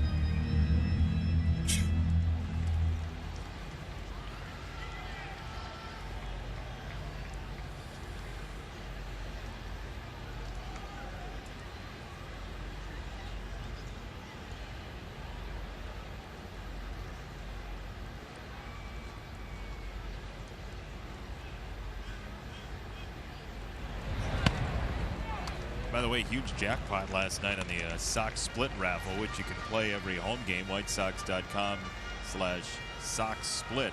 The White Sox Charities 50-50 raffle. Sales end right around the 6th inning, so if you want to jump in late today, go for it. But a big Kopech Day jackpot went to very happy Boy, fans. it was really, very nice. Very nice last night. 2-2. It's down low, 3 balls and 2 strikes. Some more info if you're interested. Online sales, WhiteSox.com/Sox split. You have to have an Illinois billing address. Buy tickets online. Winning number posted on social media and at WhiteSox.com/Sox split. There you have it. Play along.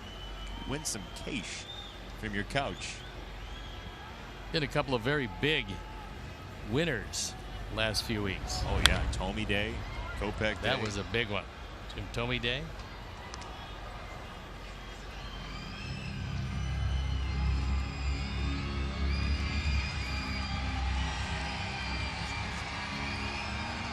Sox are really making the Twins work here in the 5th. Gibson exhausted. Moya comes on, and he's thrown 6 already to Omar. Matt at first, Nicky at second. 3-2 for Narvaez from Moya. Upstairs, ball 4. Nice take by Omar. And once again, he was down in the count. He works back to 3-2 and draws a walk.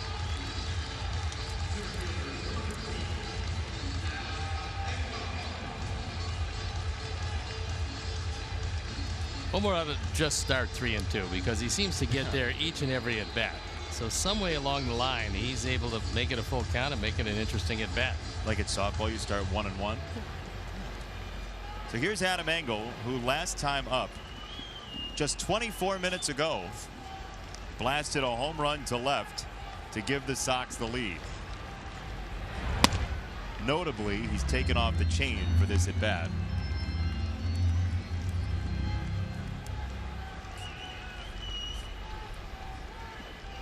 Five multi-hit games, his last 9, and he has some ducks on the old pond. Nicky, Matt, and Omar. Not the fastest ducks, but ducks nonetheless. They skim across the pond. Adam in the air, back of home. Garver ends the inning. That one did not travel nearly as far as this one. With great vigor, Adam Engel to left, and great jewelry as well.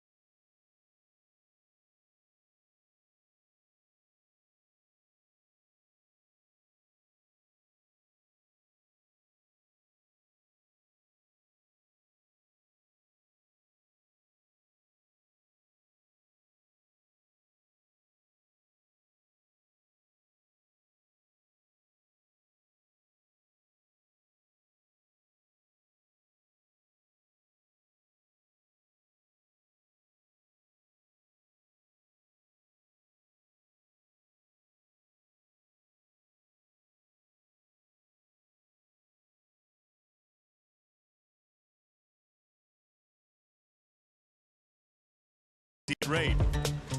No farm animals this time. Ryan Cordell, a 309 average in 17 games this month in AAA. A couple of home runs, and you wonder what his season would have been like without the injury that he sustained pretty early in the year. You'd have to figure with all the attrition here in the major leagues, he would have been here at this point, but you can't predict injuries, and they're just disappointing when they happen. But that young man has a lot of talent, and we will see him. Saying you can't predict baseball? Some of it, not a lot of it.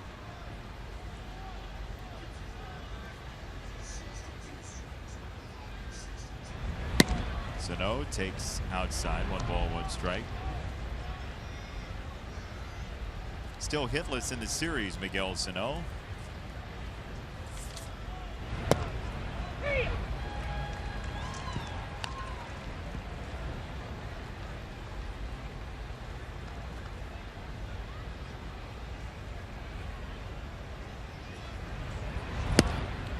And Rodon makes very quick work of Miguel Sano. Strikeout number 5 for Carlos. Sox fans, join us as the Sox take on the Angels Sunday, September 9th at 1:10 p.m. First 15,000 fans get a free White Sox water bottle presented by the Village of Bedford Park. Bring your business home to Bedford Park and win big. I mean big. Purchase your tickets today by visiting whitesox.com or calling 866-SOX-GAME. Why is it called a water bottle when you could put anything in it?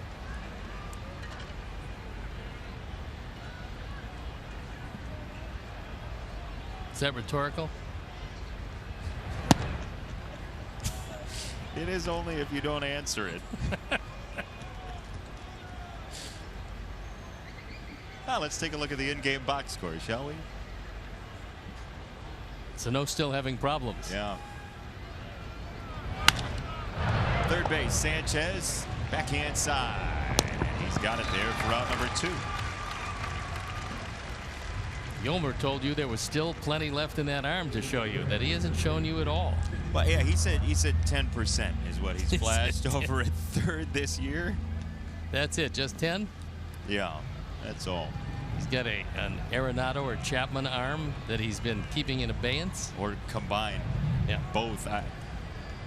It was tremendous yesterday, and we talked about it a little bit during the telecast. But Yolmer Sanchez, while some of the photographers and videographers were taking video of Michael Kopech's locker in the clubhouse yesterday, Yolmer said, "I've been here every day. Why didn't anybody take video of my locker, my jersey?" He is the very essence of don't take yourself too seriously. but he has a lot of fun in this game. And this year, a lot more fun because getting a chance to play every day is a tremendous amount of fun. Into right center. Avi is there for out number 3. Did you say fun with Yolmer? We got fun with Yolmer. Little hop, little skip. Sanchi.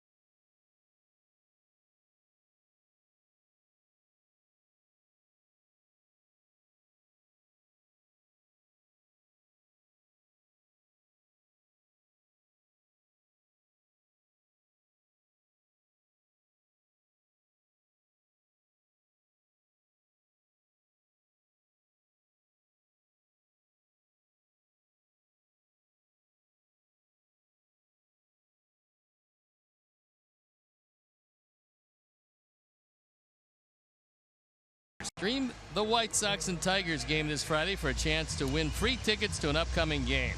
Learn more at NBCSportsChicago.com/free ticket Friday. And we get a new pitcher in the game. It is Matt McGill, on for the 29th time. It's been pretty good. 2-2 ERA, 3.68.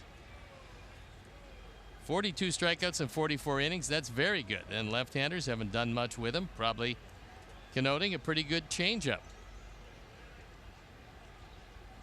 And he's going to look in at Yolmer in a 7-2 ball game.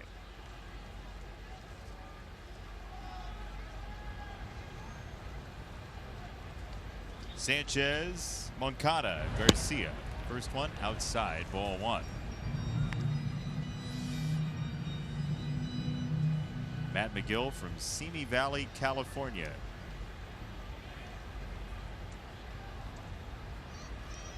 Grew up a Dodger fan.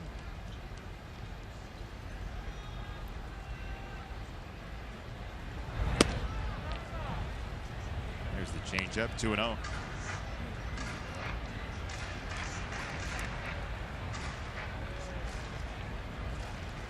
Sanchez at the top of the card today, 3 times on base. And now 3-0. Minnesota just doesn't want to pitch to Yolmer today.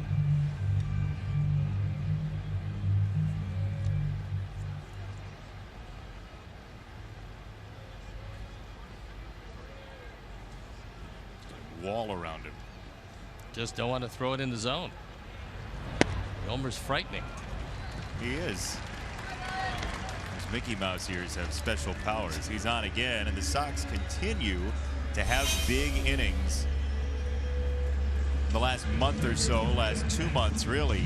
So 7 on Friday in the 7th, 6 on Sunday in the 4th. July 28th, a 6-run inning against Toronto. Today, another 5-run inning. So that makes a total of 9 since June 23rd, 5-run innings or more. 5 in the 5th, 4 times.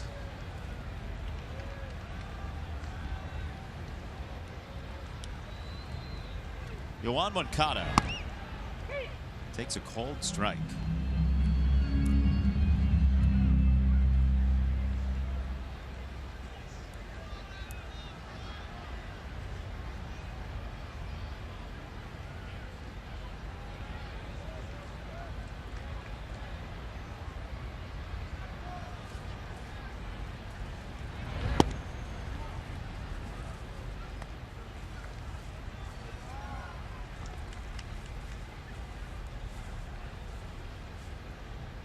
Matt McGill, who had Tommy John surgery back in 2015, started the year 2016 on the DL. He's bounced around a couple of organizations.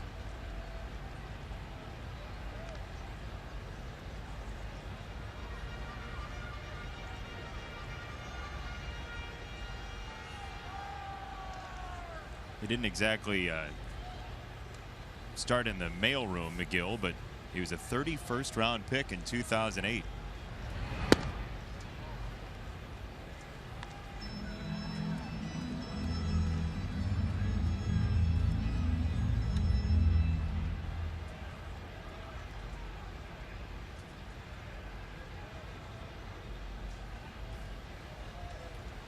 So Carlos Rodon in this game has gone through 6. He's only allowed the 2 runs in the first inning.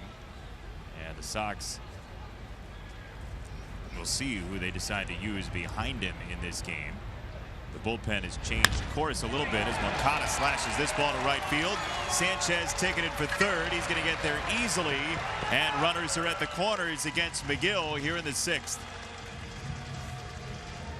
After not having the ball out of the infield, Yoan drives one to right center.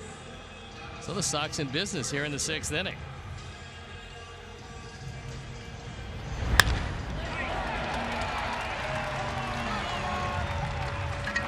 Yolmer scampers into third base, reading that one all the way.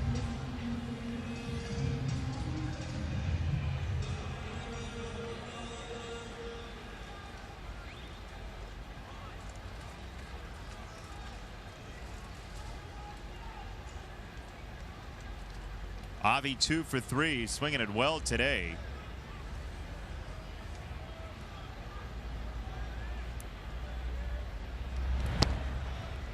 Takes the ball low.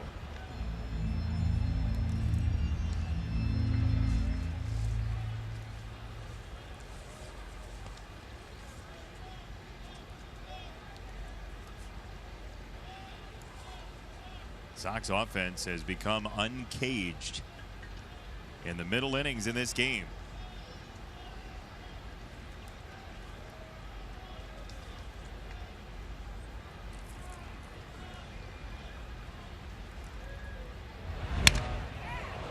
Broken bat. Splinters go left. Ball goes right.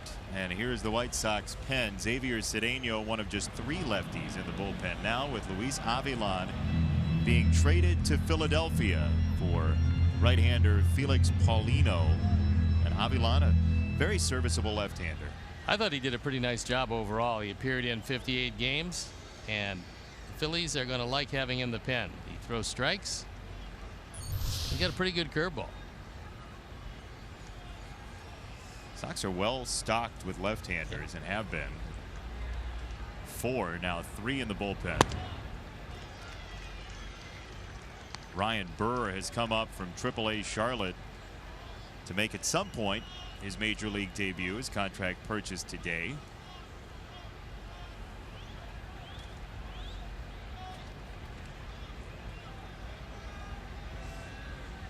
Yesterday was Kopech Day. Today is Burr Day.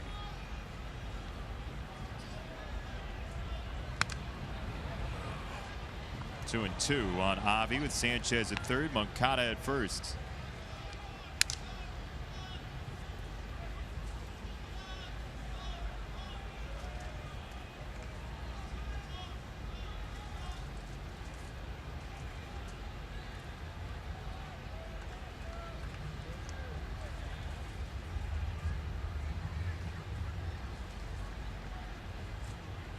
A glance over at Yoan from McGill.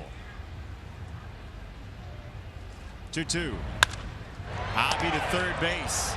Sano now has Sanchez caught up. Throw is high home. Now there are 2 guys at third base. And what are the Sox going to do here? They're going to get out of it. Honestly, is what it is. They're absolutely going to get out of it because Garver just held the baseball. He just watched. There were 2 guys at third base, fish in a barrel, and he didn't take the shot. No, look, third base belongs to the man who had the bag when the play started. So third base belongs to Yolmer. So if he just ran back to the bag, tagged them both, the umpires would have said, okay, well, we're going to take away Moncada from the equation. But now, with Garver just holding the baseball and watching all the Sox run around safely, Sox are going to get out of it with the bases loaded. Not a good play. Garver decides that, well, I'm going to hold it up for a while and see what happens, and now you saw what happened. Yeah, it's not like hunting season where you stand there and you wait for like an hour and then you finally get something. That's not how it works on a rundown. No, apparently a fielder's choice, and the choice was don't do anything. The act of omission rather than the act of commission. And the bases are loaded for Daniel Polka.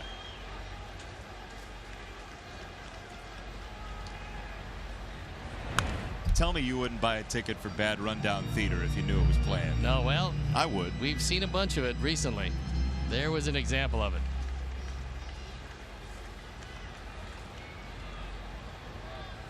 So there's this acronym, Tootblan, in baseball, which is thrown out on the bases like a nincompoop. We now have Lootblan, which is left out on the bases like a nincompoop. The old Lootblan.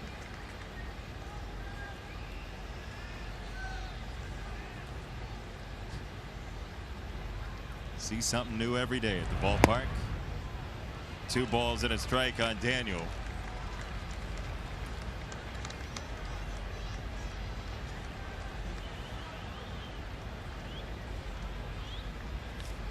That's how they're loaded.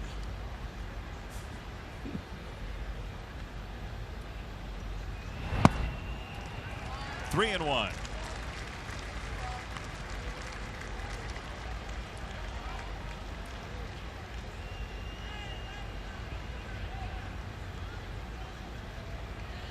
Tim Anderson next.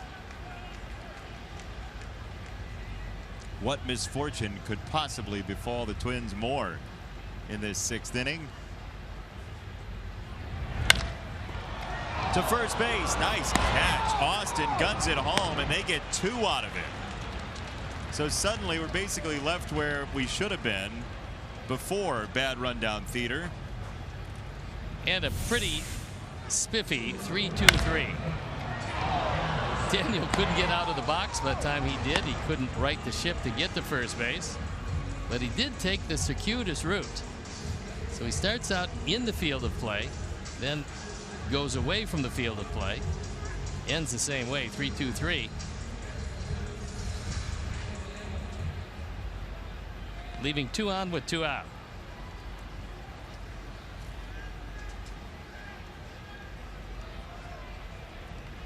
Tim Anderson.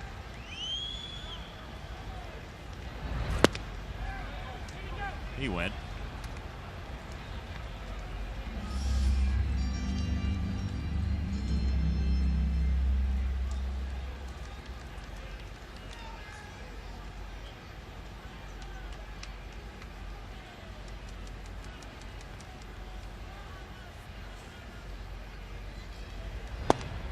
Hey.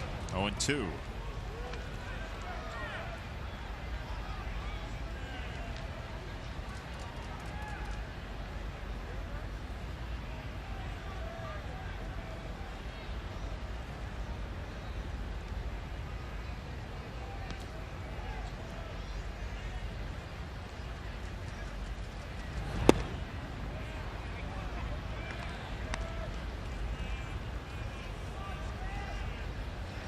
Manaya starting to throw in the pen, joining Xavier Cedeno.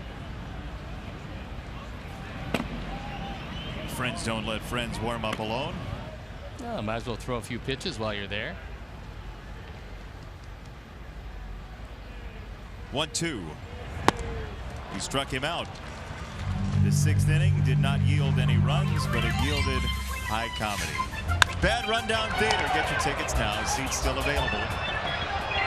Throw it home, run it back, and then sit there and watch. Take it all in along with us.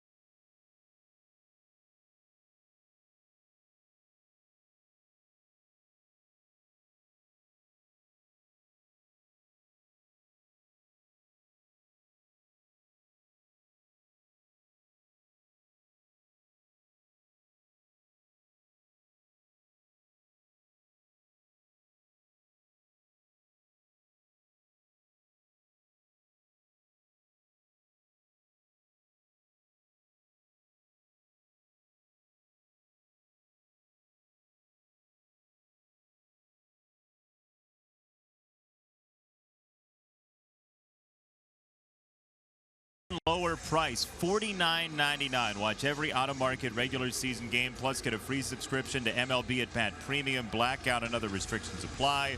Visit MLB.tv to take advantage of this special offer. You got to have it. Go do it right now. Get a new pitcher in the ball game. It is Xavier Cedeno, who comes on for the 30th time. He's 2-0. His ERA 2.82. There you look at the rest of the numbers. 26 strikeouts and 22 1/3. He's thrown it very well. Right-handers, left-handers, doesn't matter. Opponents hitting just 200, and that is good. He's been at points in his career used as a specialist, but he has not necessarily been a specialist for the Sox this year. Now he's been able to get both types of hitters out. The curveball is good. Fastball with some deception comes straight over the top. And despite the fact that he doesn't have an overwhelming fastball, I don't think the hitter sees it quite as well as he does against some other guys.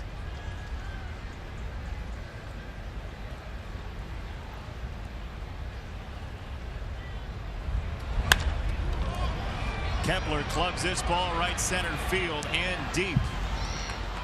Angle gets there quickly. Kepler with a double to lead off the 7th. Max's first hit of the day. So now he's been hit and he has a hit. That's a rolling breaking ball, and he gets a good piece of it. Driving it off the national car sign.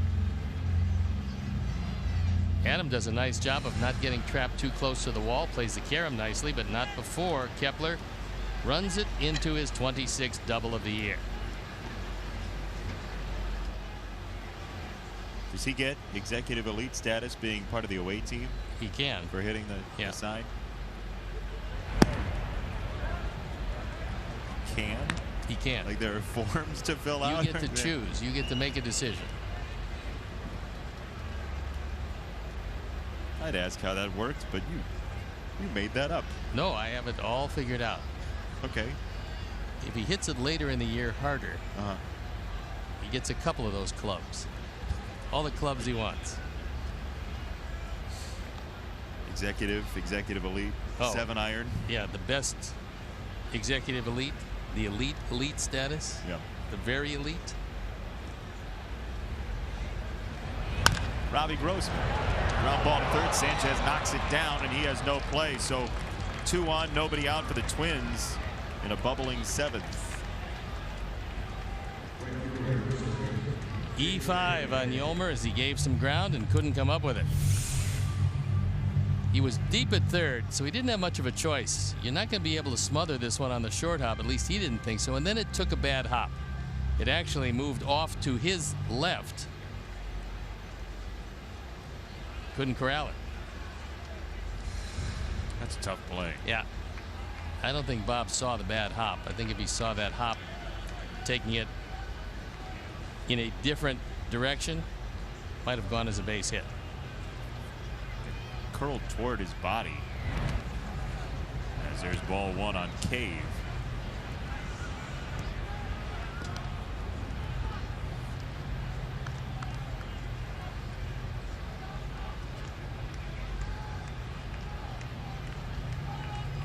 Getaway day.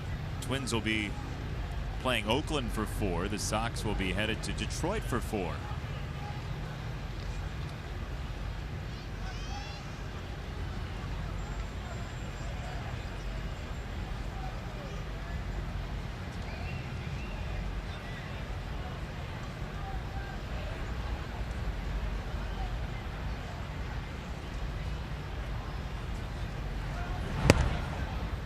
Two balls, no strikes. Bob Rosenberg behind the glass pane. Well, I can understand where you would be behind glass today because it is unbelievably cold here at the ballpark. You got to stay shrouded in mystery. Everybody in short sleeves, enjoying the sunshine. Bob's in the closet, essentially. Grounded foul. Cedeno, the first man out of the bullpen, and a restructured bullpen today with Ryan Burr coming up from AAA Charlotte to make his major league debut whenever that might be. And it was a late night for Mr. Burr getting here to Chicago. Really late night. One that he was very happy to make, however. Debut will come at some point as we check in with Chuck. Yeah, how about this? He was playing a doubleheader with the Charlotte Knights. The second game didn't get finished until 2 a.m. He was notified of his call-up, Ryan Burr, at 2:30 in the morning. He called his parents, who were in Denver, at about 2:35 to give them the great news. They were sleeping, obviously. He woke them up. Took a 7 a.m. flight from Norfolk to get here. He landed in Chicago at 8:30 Chicago time. Did not sleep a wink, and he's here in the bullpen. And actually, when I arrived here, he had just come out of the clubhouse to get his first look at the field, and he was having one of those moments, you know, the moment when you are about to make your major league debut, and you just see the look in his eye. He was really soaking it all in, and he only threw 8 innings in Charlotte. Had a great season in Birmingham, and here he is in the majors. He only gave up 1 run down there in Charlotte. And Chuck, he was telling us before the game, this is not the first time that sort of wild night has happened to him. That's right. It also happened on his way from Birmingham to Charlotte, and you're never going to say, no, I got to get my rest. I got to sleep. Yeah, let me sleep in. We'll do it tomorrow, okay? I'd like to get promoted, but I can't now. I know. Call me tomorrow. Yeah, it was a late game. Lasted until something like 1 in the morning in Double-A. Then he ended up going to Charlotte. He is the nocturnal Ryan Burr. Check swing. He went. Strike 3. Jake caves in. He didn't think so. 1 gone. CB rings him up from third base, and Jake, not a happy man right here. He thought he checked it up. CB thought it was too far to go on that swing. And that is going to be it for Cedeno. He will depart this one. Joe McEwing going out there to do the honors. And so as he walks out, we'll step out. We'll be back.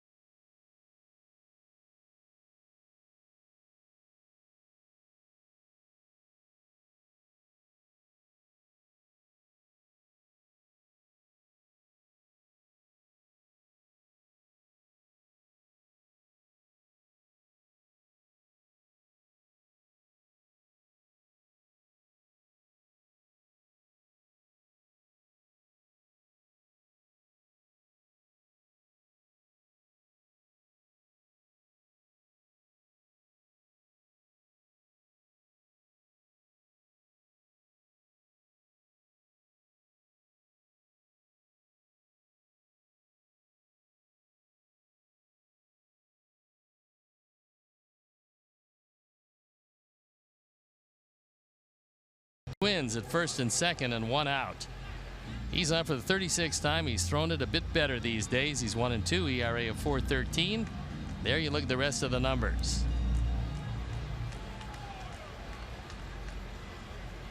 Minaya will face Logan Forsythe and Eddie Rosario.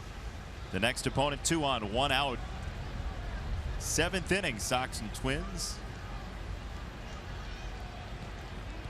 Mentioned Minnesota will be playing Oakland coming up for 4.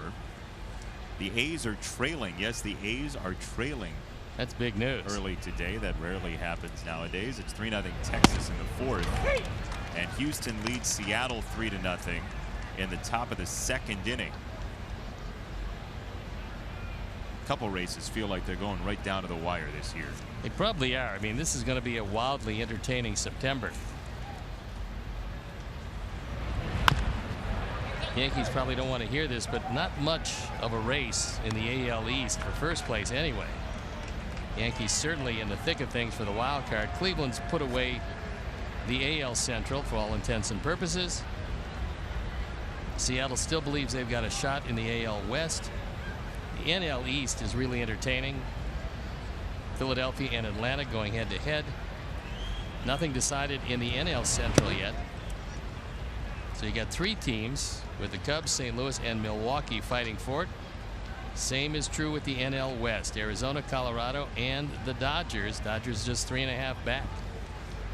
Cardinals yesterday used 3 starting pitchers to get through. They're the opposite of the Rays. They used 3 starting pitchers to get through 9 innings, or at least guys who have started for them this year. Through the left side, base hit for Forsythe. The former Dodger drives in Kepler, and the Twins make it 7-3. Third hit of the day for Logan Forsythe. He's now driven in 9 runs, and leading off, he's been a big factor for the Twins. That one shot through the left side.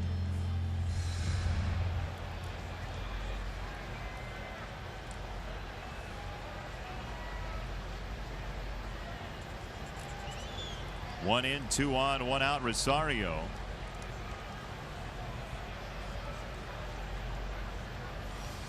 That run charged to Xavier Cedeno. Grossman on second is still his as Rosario goes after the first pitch. He's mad at himself. Tim Anderson roams over and makes the play. The free swinger Rosario is 0 for 4 in the game, and Southpaw evidently is part of our TV crew now. Hi, Southpaw. Paw's an exceptional analyst. He's very quiet, but when you get to know him, his words carry a lot of gravity. Get him a telestrator. Tough with all that fur.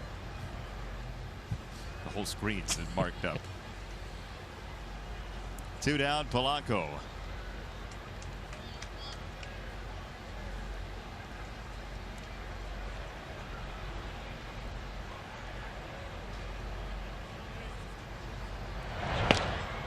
He takes ball 1.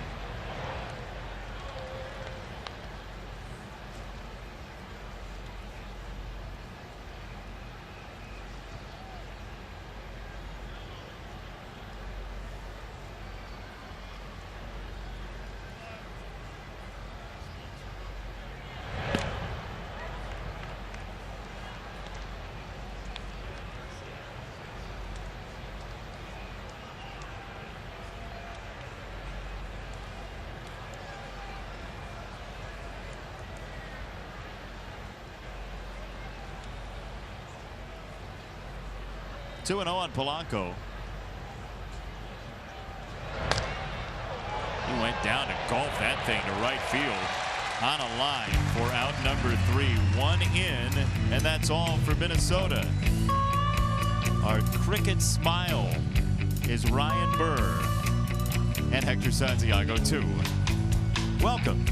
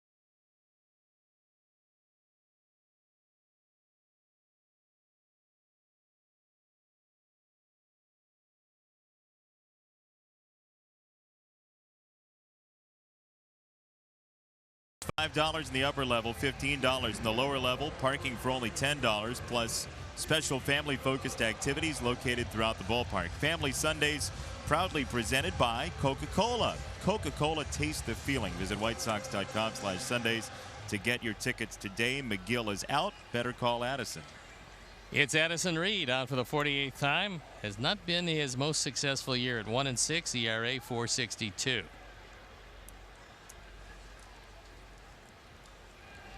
One inning from McGill. One hit, one walk, one strikeout, and one fly ball from Delmonico against Reed. Chuck Harfine's downstairs. Had a chance to speak with Addison Reed after the game last night. Asked him about Michael Kopech, and he said, by just watching his stuff, he says he came as advertised. He was attacking hitters, throwing with confidence, and Addison played for the White Sox from 2011 to 2013, and he said he had never seen an atmosphere at this ballpark before a game like what we had here last night. He said he had expectations because he knew obviously that Kopech was going to be making his major league debut. There was a lot of buzz about it, and he said that it even exceeded what his expectations were. That's how much buzz was in this ballpark last night. No, I thought it was really nice. I mean, the feeling around the park was that of just electricity, and the fans were excited. They were out here early. They were cheering everything that Michael did, including walking to the bullpen. I mean, it was one of those nights where you think about it and you realize he's going to pitch a few more times home this year. You certainly would like to be at one of those if you could, and all you do is watch the schedule. We'll tell you when he's going to pitch here, and you'll be able to see it up close and personal. In the air right-hand side, Cave is in to make the play for round number 2. One of the first things Michael Kopech did when he entered the clubhouse yesterday was open a couple boxes of cleats, and there was one pair in there that was rather colorful. With Players Weekend coming up, just inferring that there might be a little flair, a little added color to Michael Kopech's getup. When he saw the lineup card yesterday and saw Joe Mauer leading off, he said it took his breath away a little bit, just seeing, oh, I'm going to be facing a former MVP with my first batter. But he also said at the same time it pumped him up. He was thinking, all right, here we go. This is the show. Let's do it. I want Joe Mauer.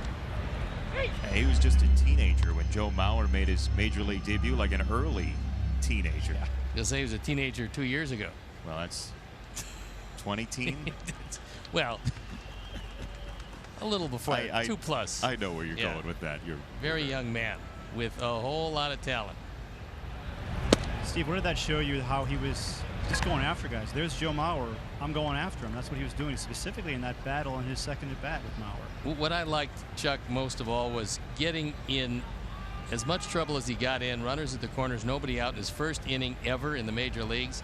And he got his composure back despite all the butterflies and pitched his way out of the first inning. Then in the second inning, it's pretty much saying, okay, well, I did that, got out of a jam, so now I got to go get some people out, and he did.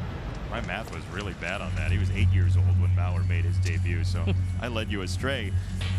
To the 8th inning, 7-3, the Sox with the lead.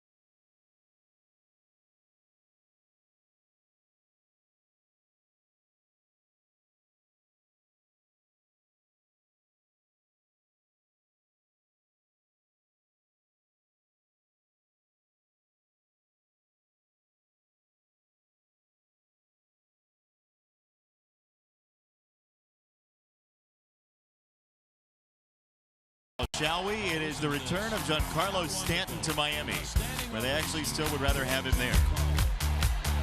They showed that they really thought a whole lot of him.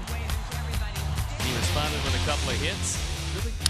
One is hit about 8,000 miles an hour. That's not the one. This one coming up. This one that hits the wall, I thought it went through the wall. Look at how it just sticks into the wall. He's ridiculous. He can hit him awfully hard. We will be in the home of the Yankees coming up next week. Monday, Tuesday, Wednesday.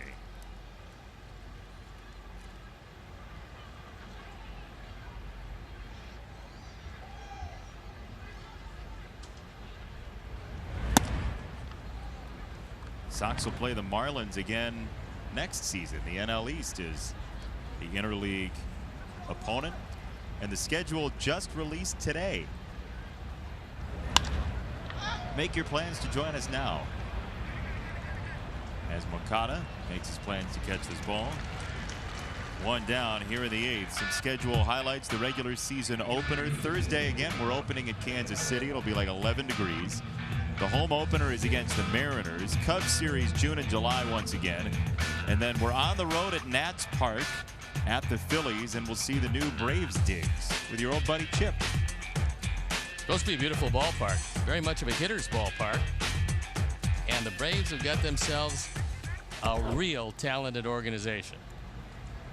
Find themselves in first place, 2-game lead over the Phillies. Believe I just heard Chuck say that he won't be with us in Kansas City because of that frostbite he got last year. Did I hear that right? I can't believe that. He was an Iron Man early in the year. I will be getting there in December to acclimate myself to the weather, so that when you guys show up, you'll be ready. It's going to feel like 80 degrees. Smart man, Chuck Garfien. Could very well be that way. Yes, and I got to get used to the elevation of Kansas City too. That takes some time to acclimate myself. Oh, that's true. Yeah, the hills and valleys and mountains of KC Mo. Its schedule is interesting this coming year. The Sox have the Yankees at home in June for 4 games. Yep, 4 games over a weekend, which is nice.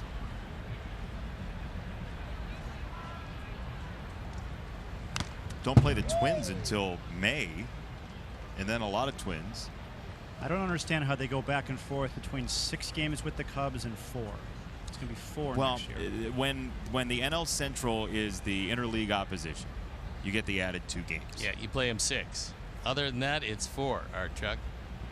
Thank you. You're welcome. I asked the question. You guys provide the answer. Now you know. Like the Zoltar machine.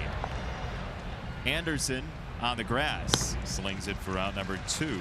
Austin is away. Garver coming up.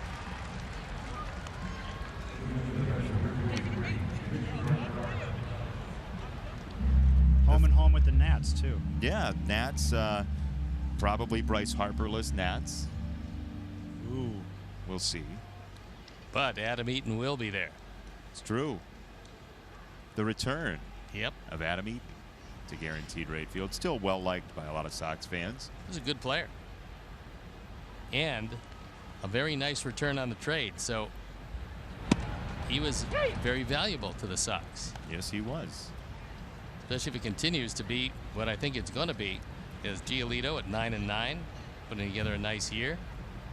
Lopez has had his moments, and Dunning, when he gets back and healthy,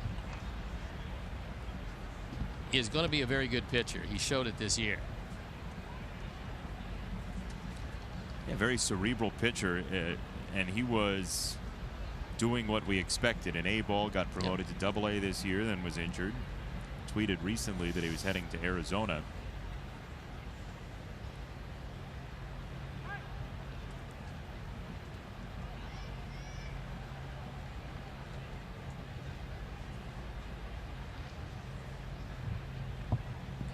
Ball and a strike on Garver. Sox up 7-3. Thanks to a big inning in the 5th. 5 runs in the 5th this afternoon.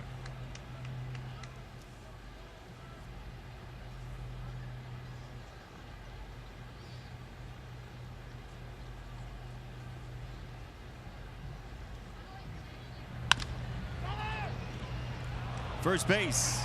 Nicky can't get there, and Garver's safe.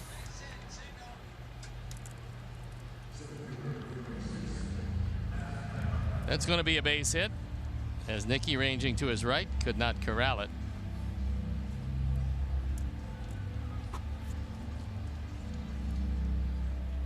Visibility not great for the hitters right now. Pitchers liking it a lot.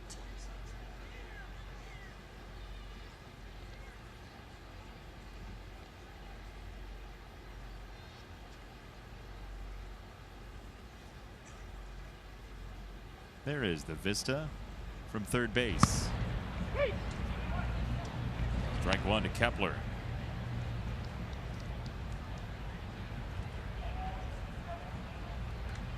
Would you call this a 3-game series or a 2-game series? 2-game. You don't include the game in Minneapolis? Nope. Why? Because it's a makeup and it was included in a previous road trip. But it wasn't part of that series. Sox lost that series 1-0. Or Only is that because- now a split? No, it's not a split. It can't be part of 2 series and can't be part of 0 series. It's got to be part of some series. It sits by itself. Lone makeup. Big chopper, first base. Sadly, we have no more time for this conversation. Time to go. Whoops.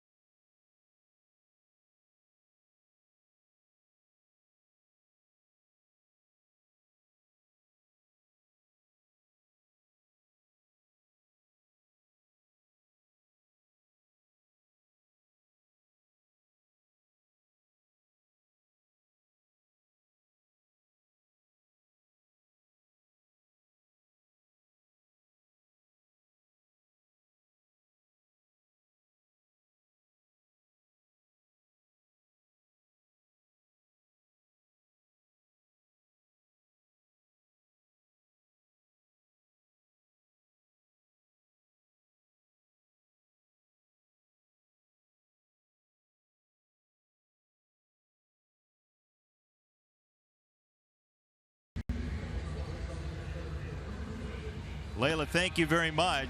7-3, the Sox with the lead, and time for the BP home run of the game. It is Adam Engel with a scorcher to left.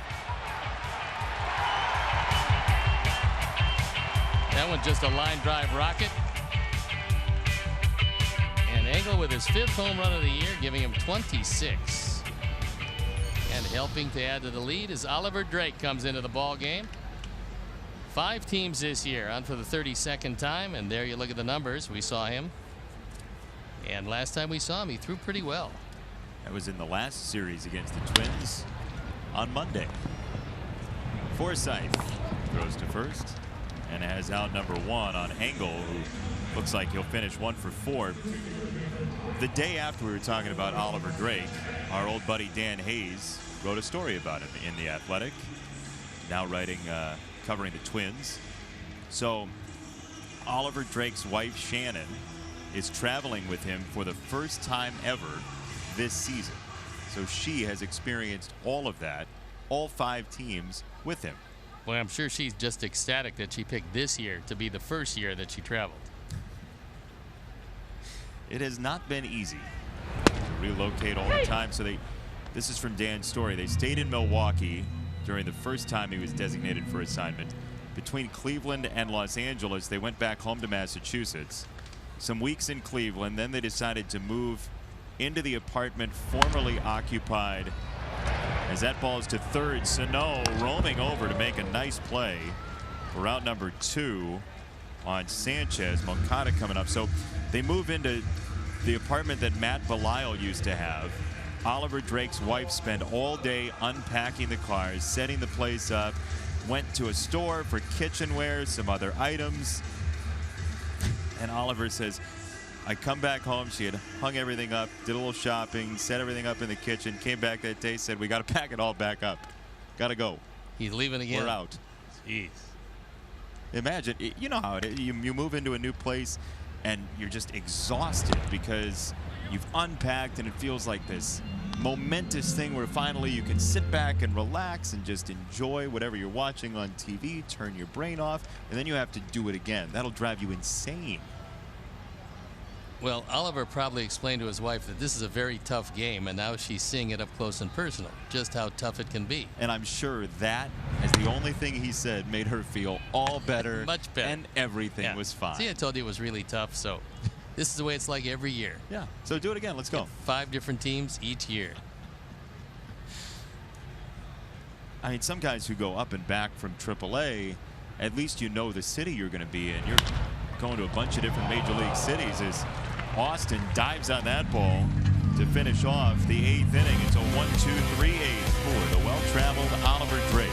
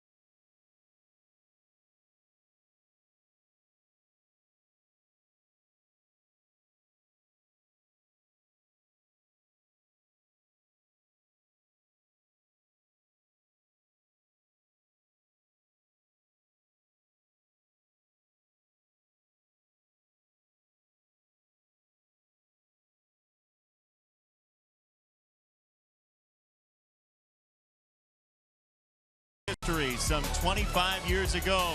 Jim DeShays. Oh, JD, don't put it there. Don't. You're gonna get hurt.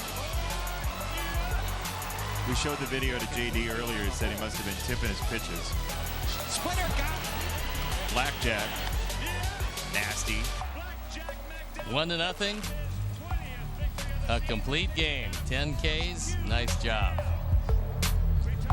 And we get a new pitcher in this ball game, Hector Santiago. Last time we saw him, he was throwing the ball as well as he could throw it. On for the 40th time. 5-3 this year. The ERA at 4.78. And Ryan Lamar checks in the ball game. He's in left.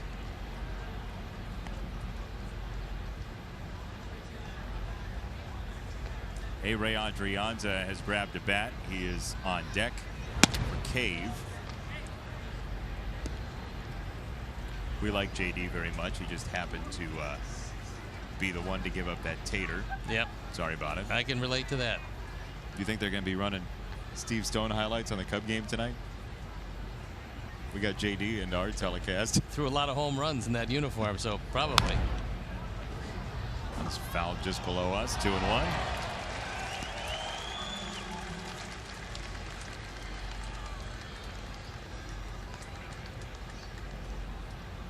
Don't want to give the Twins any belief that they can make this thing a comeback right now. It's a 4-run game. No, you just as soon, when you get your foot on their throat, just close it down.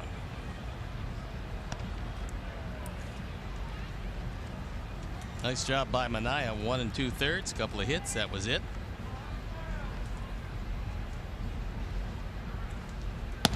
(3-1) is ball 4 high. See your Sox take on the All-Stars in the American League like Mookie Betts and Mike Trout at Guaranteed Rate Field this summer. It's the All-Star Mini Plan. Any 3 games excluding the Cubs series, and get $10 in added value per game to spend throughout the park. Plans start as low as $79. Get your tickets at whitesox.com/All-Star Plan today. Ray Adrianza coming in the ball game. As we anticipated, he was on deck. He replaces Cave and takes a strike.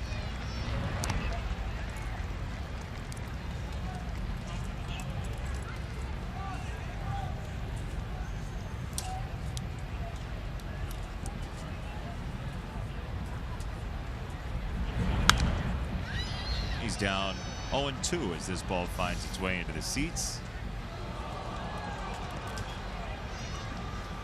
Sox will play in Detroit tomorrow, dayside. Thursday day game on arrival day. It's a 1:10 start time. Will be on WGN.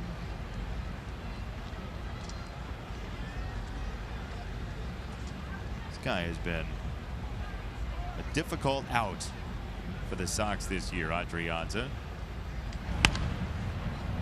And he bloops his ball into right field. It sits down and gives him a hit. So 2 on, nobody out for the Twins in this 9th inning.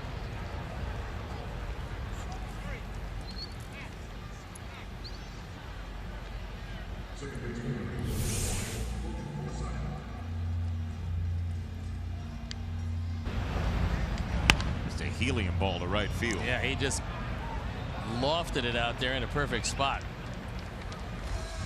So the pen up and going.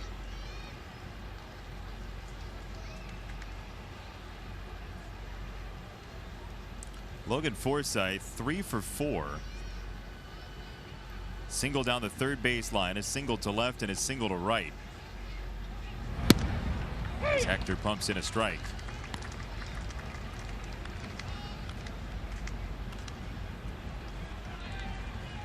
What do you think about a double play here? I would think the 6-4-3 would look awfully good right about now.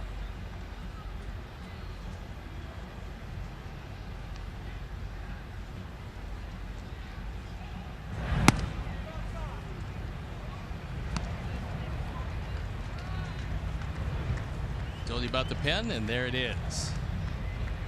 Burr and Vieira.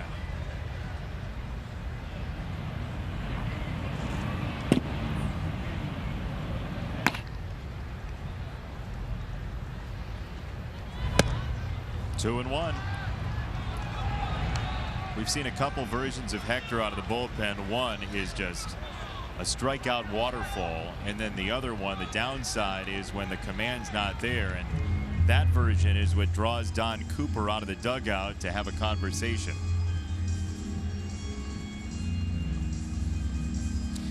While we have a second, let's take a look at Verizon projected starters for tomorrow's series opener in Detroit. The veteran James Shields and Matt Boyd.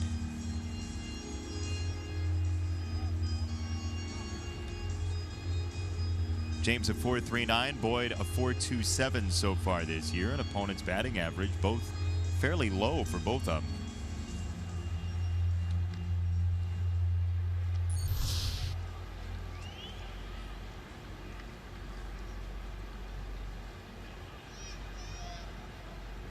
Coop back to the dugout.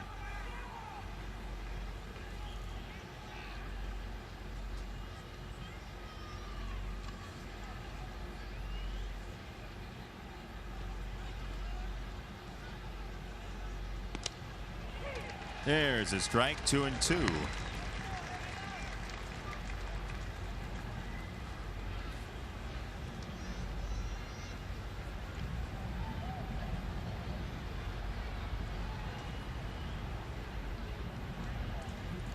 Former Twin Hector Santiago against Forsyth, the new Twin, who's hit the ball well here. Inside 3-2.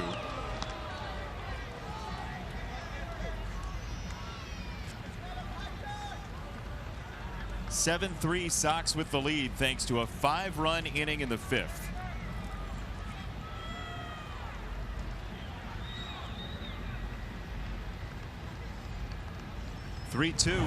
He struck him out. Well placed up in the zone. Forsyth gunned down, one away. Big strikeout because it puts you out of slam range. You got a 4-run lead, and Rosario is just the 3rd run, so a good high fastball. Throws it by him. Visibility, not great.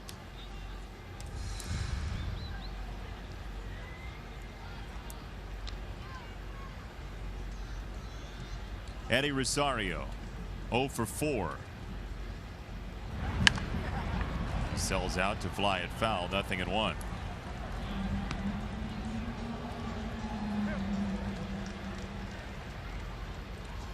Sox in Detroit for 4, then 3 against the Yankees before the Red Sox come to town.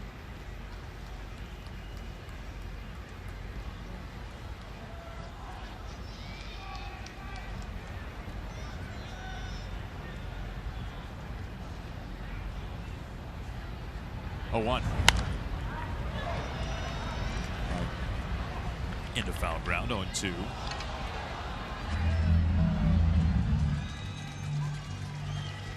Sox with a couple of home runs today. Delmonico, Anderson, and Engel all with homers. And the Sox now with a home run in 14 straight games, the longest in 6 years for the team. Club record 17 in the year 2000 as Omar gets the brunt of that one.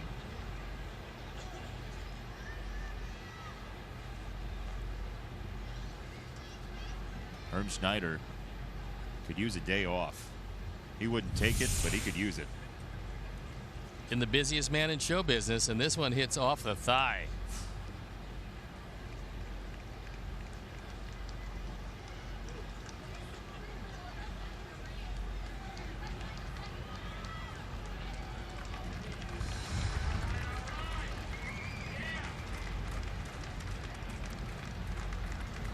(0-2). He drops down. Tried to surprise him with a sidearm hook. Was able to battle and foul it off.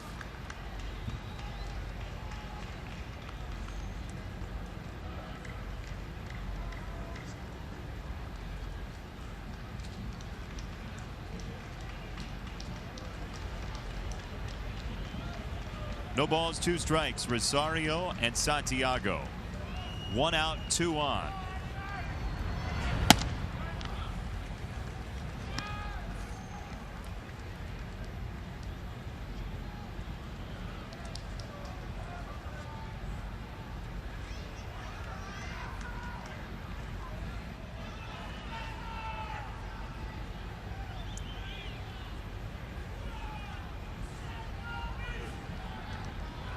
(1-2).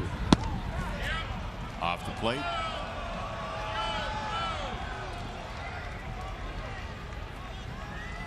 (20 pitches already for Hector Santiago in this 9th inning. Sox trying to meander out of trouble and get a win.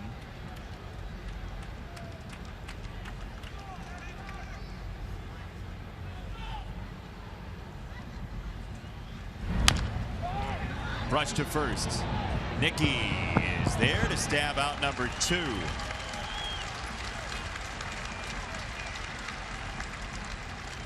Grossman to third.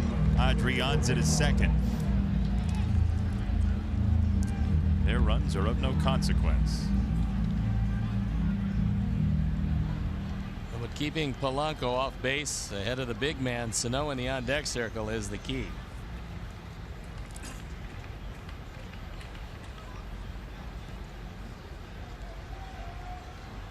Two out, 2 on. Sano the tying run on deck.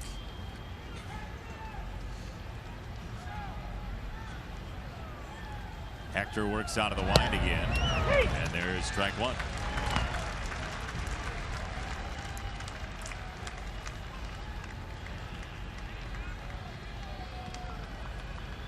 Twins led 2-0 in the first, but the Sox have come storming back in this game.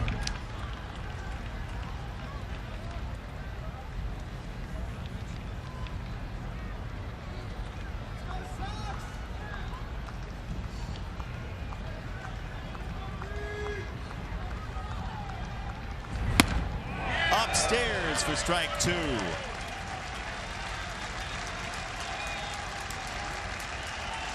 One more bullet in the chamber for Hector.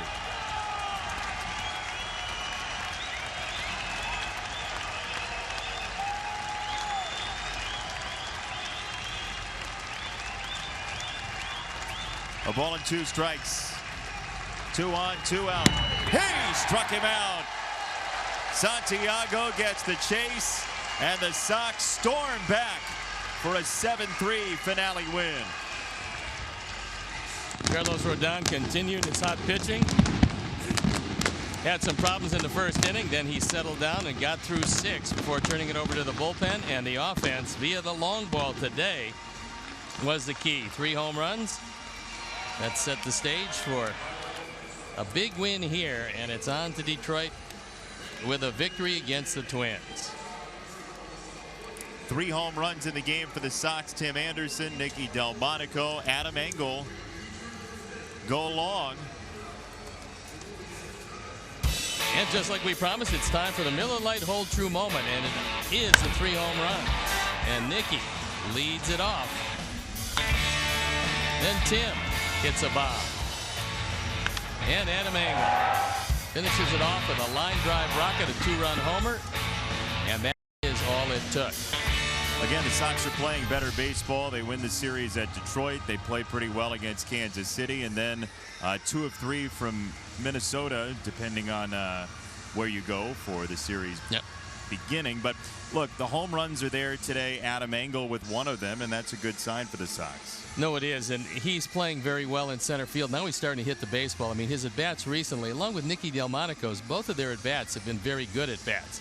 So that's one of the real positive things to come out of this 3-game series, if you want to call it one series. But it was the Twins for 3, and we know where they are at this point. The Sox playing better baseball this year. They're battling teams, and they do it from the start of the game till the end.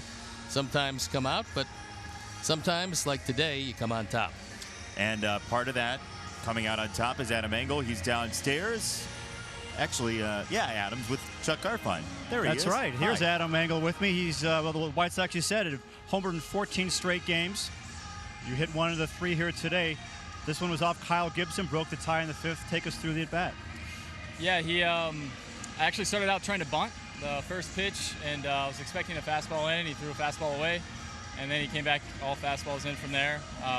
You know, he threw some good ones in early in the count, and I couldn't get to him, and then he just kept coming back to it and put a good swing on one and put it in play. So tell us about this bling. You have this home run chain that's been tossed around and worn by the guys in the dugout. What's the story behind that? It showed up one day in the clubhouse and everybody loved it, and it's actually a really sick piece of jewelry with a really cool charm, so really heavy duty. You know, it just adds a little bit more excitement to a home run. Guys get excited to wear it, so it's pretty cool. And there was some magic today because it seemed, actually it didn't seem, it actually happened. Everybody who put the chain on the guy who homered went out and hit a homer. Is that, I didn't notice that at all. That's insane. Yeah, you put it on Tim Anderson. Yep. And then what happened? You hit the homer and Delmonico put it on you. That's insane. That's pretty cool. All right. Congrats on the homer and the chain. Thank you. Jason, Steve, back up to you. Chuck, thank you very much. Adam Engel with a home run, and now 5 out of 10 multi-hit games for him, and we will say farewell to this series and farewell to home for a while. For our producer Keon Dolachak here, director Jim Angio, associate producer Dave Ross, tech manager Mark Harper, executive producer Greg Bowman, and our entire NBC Sports crew. Chuck Garfien downstairs, Steve Stone up here. I'm Jason Benetti. So long from Guaranteed Rate Field. Next, it's Subaru White Sox post-game live. You have been watching Chicago White Sox baseball, and another win on NBC Sports Chicago.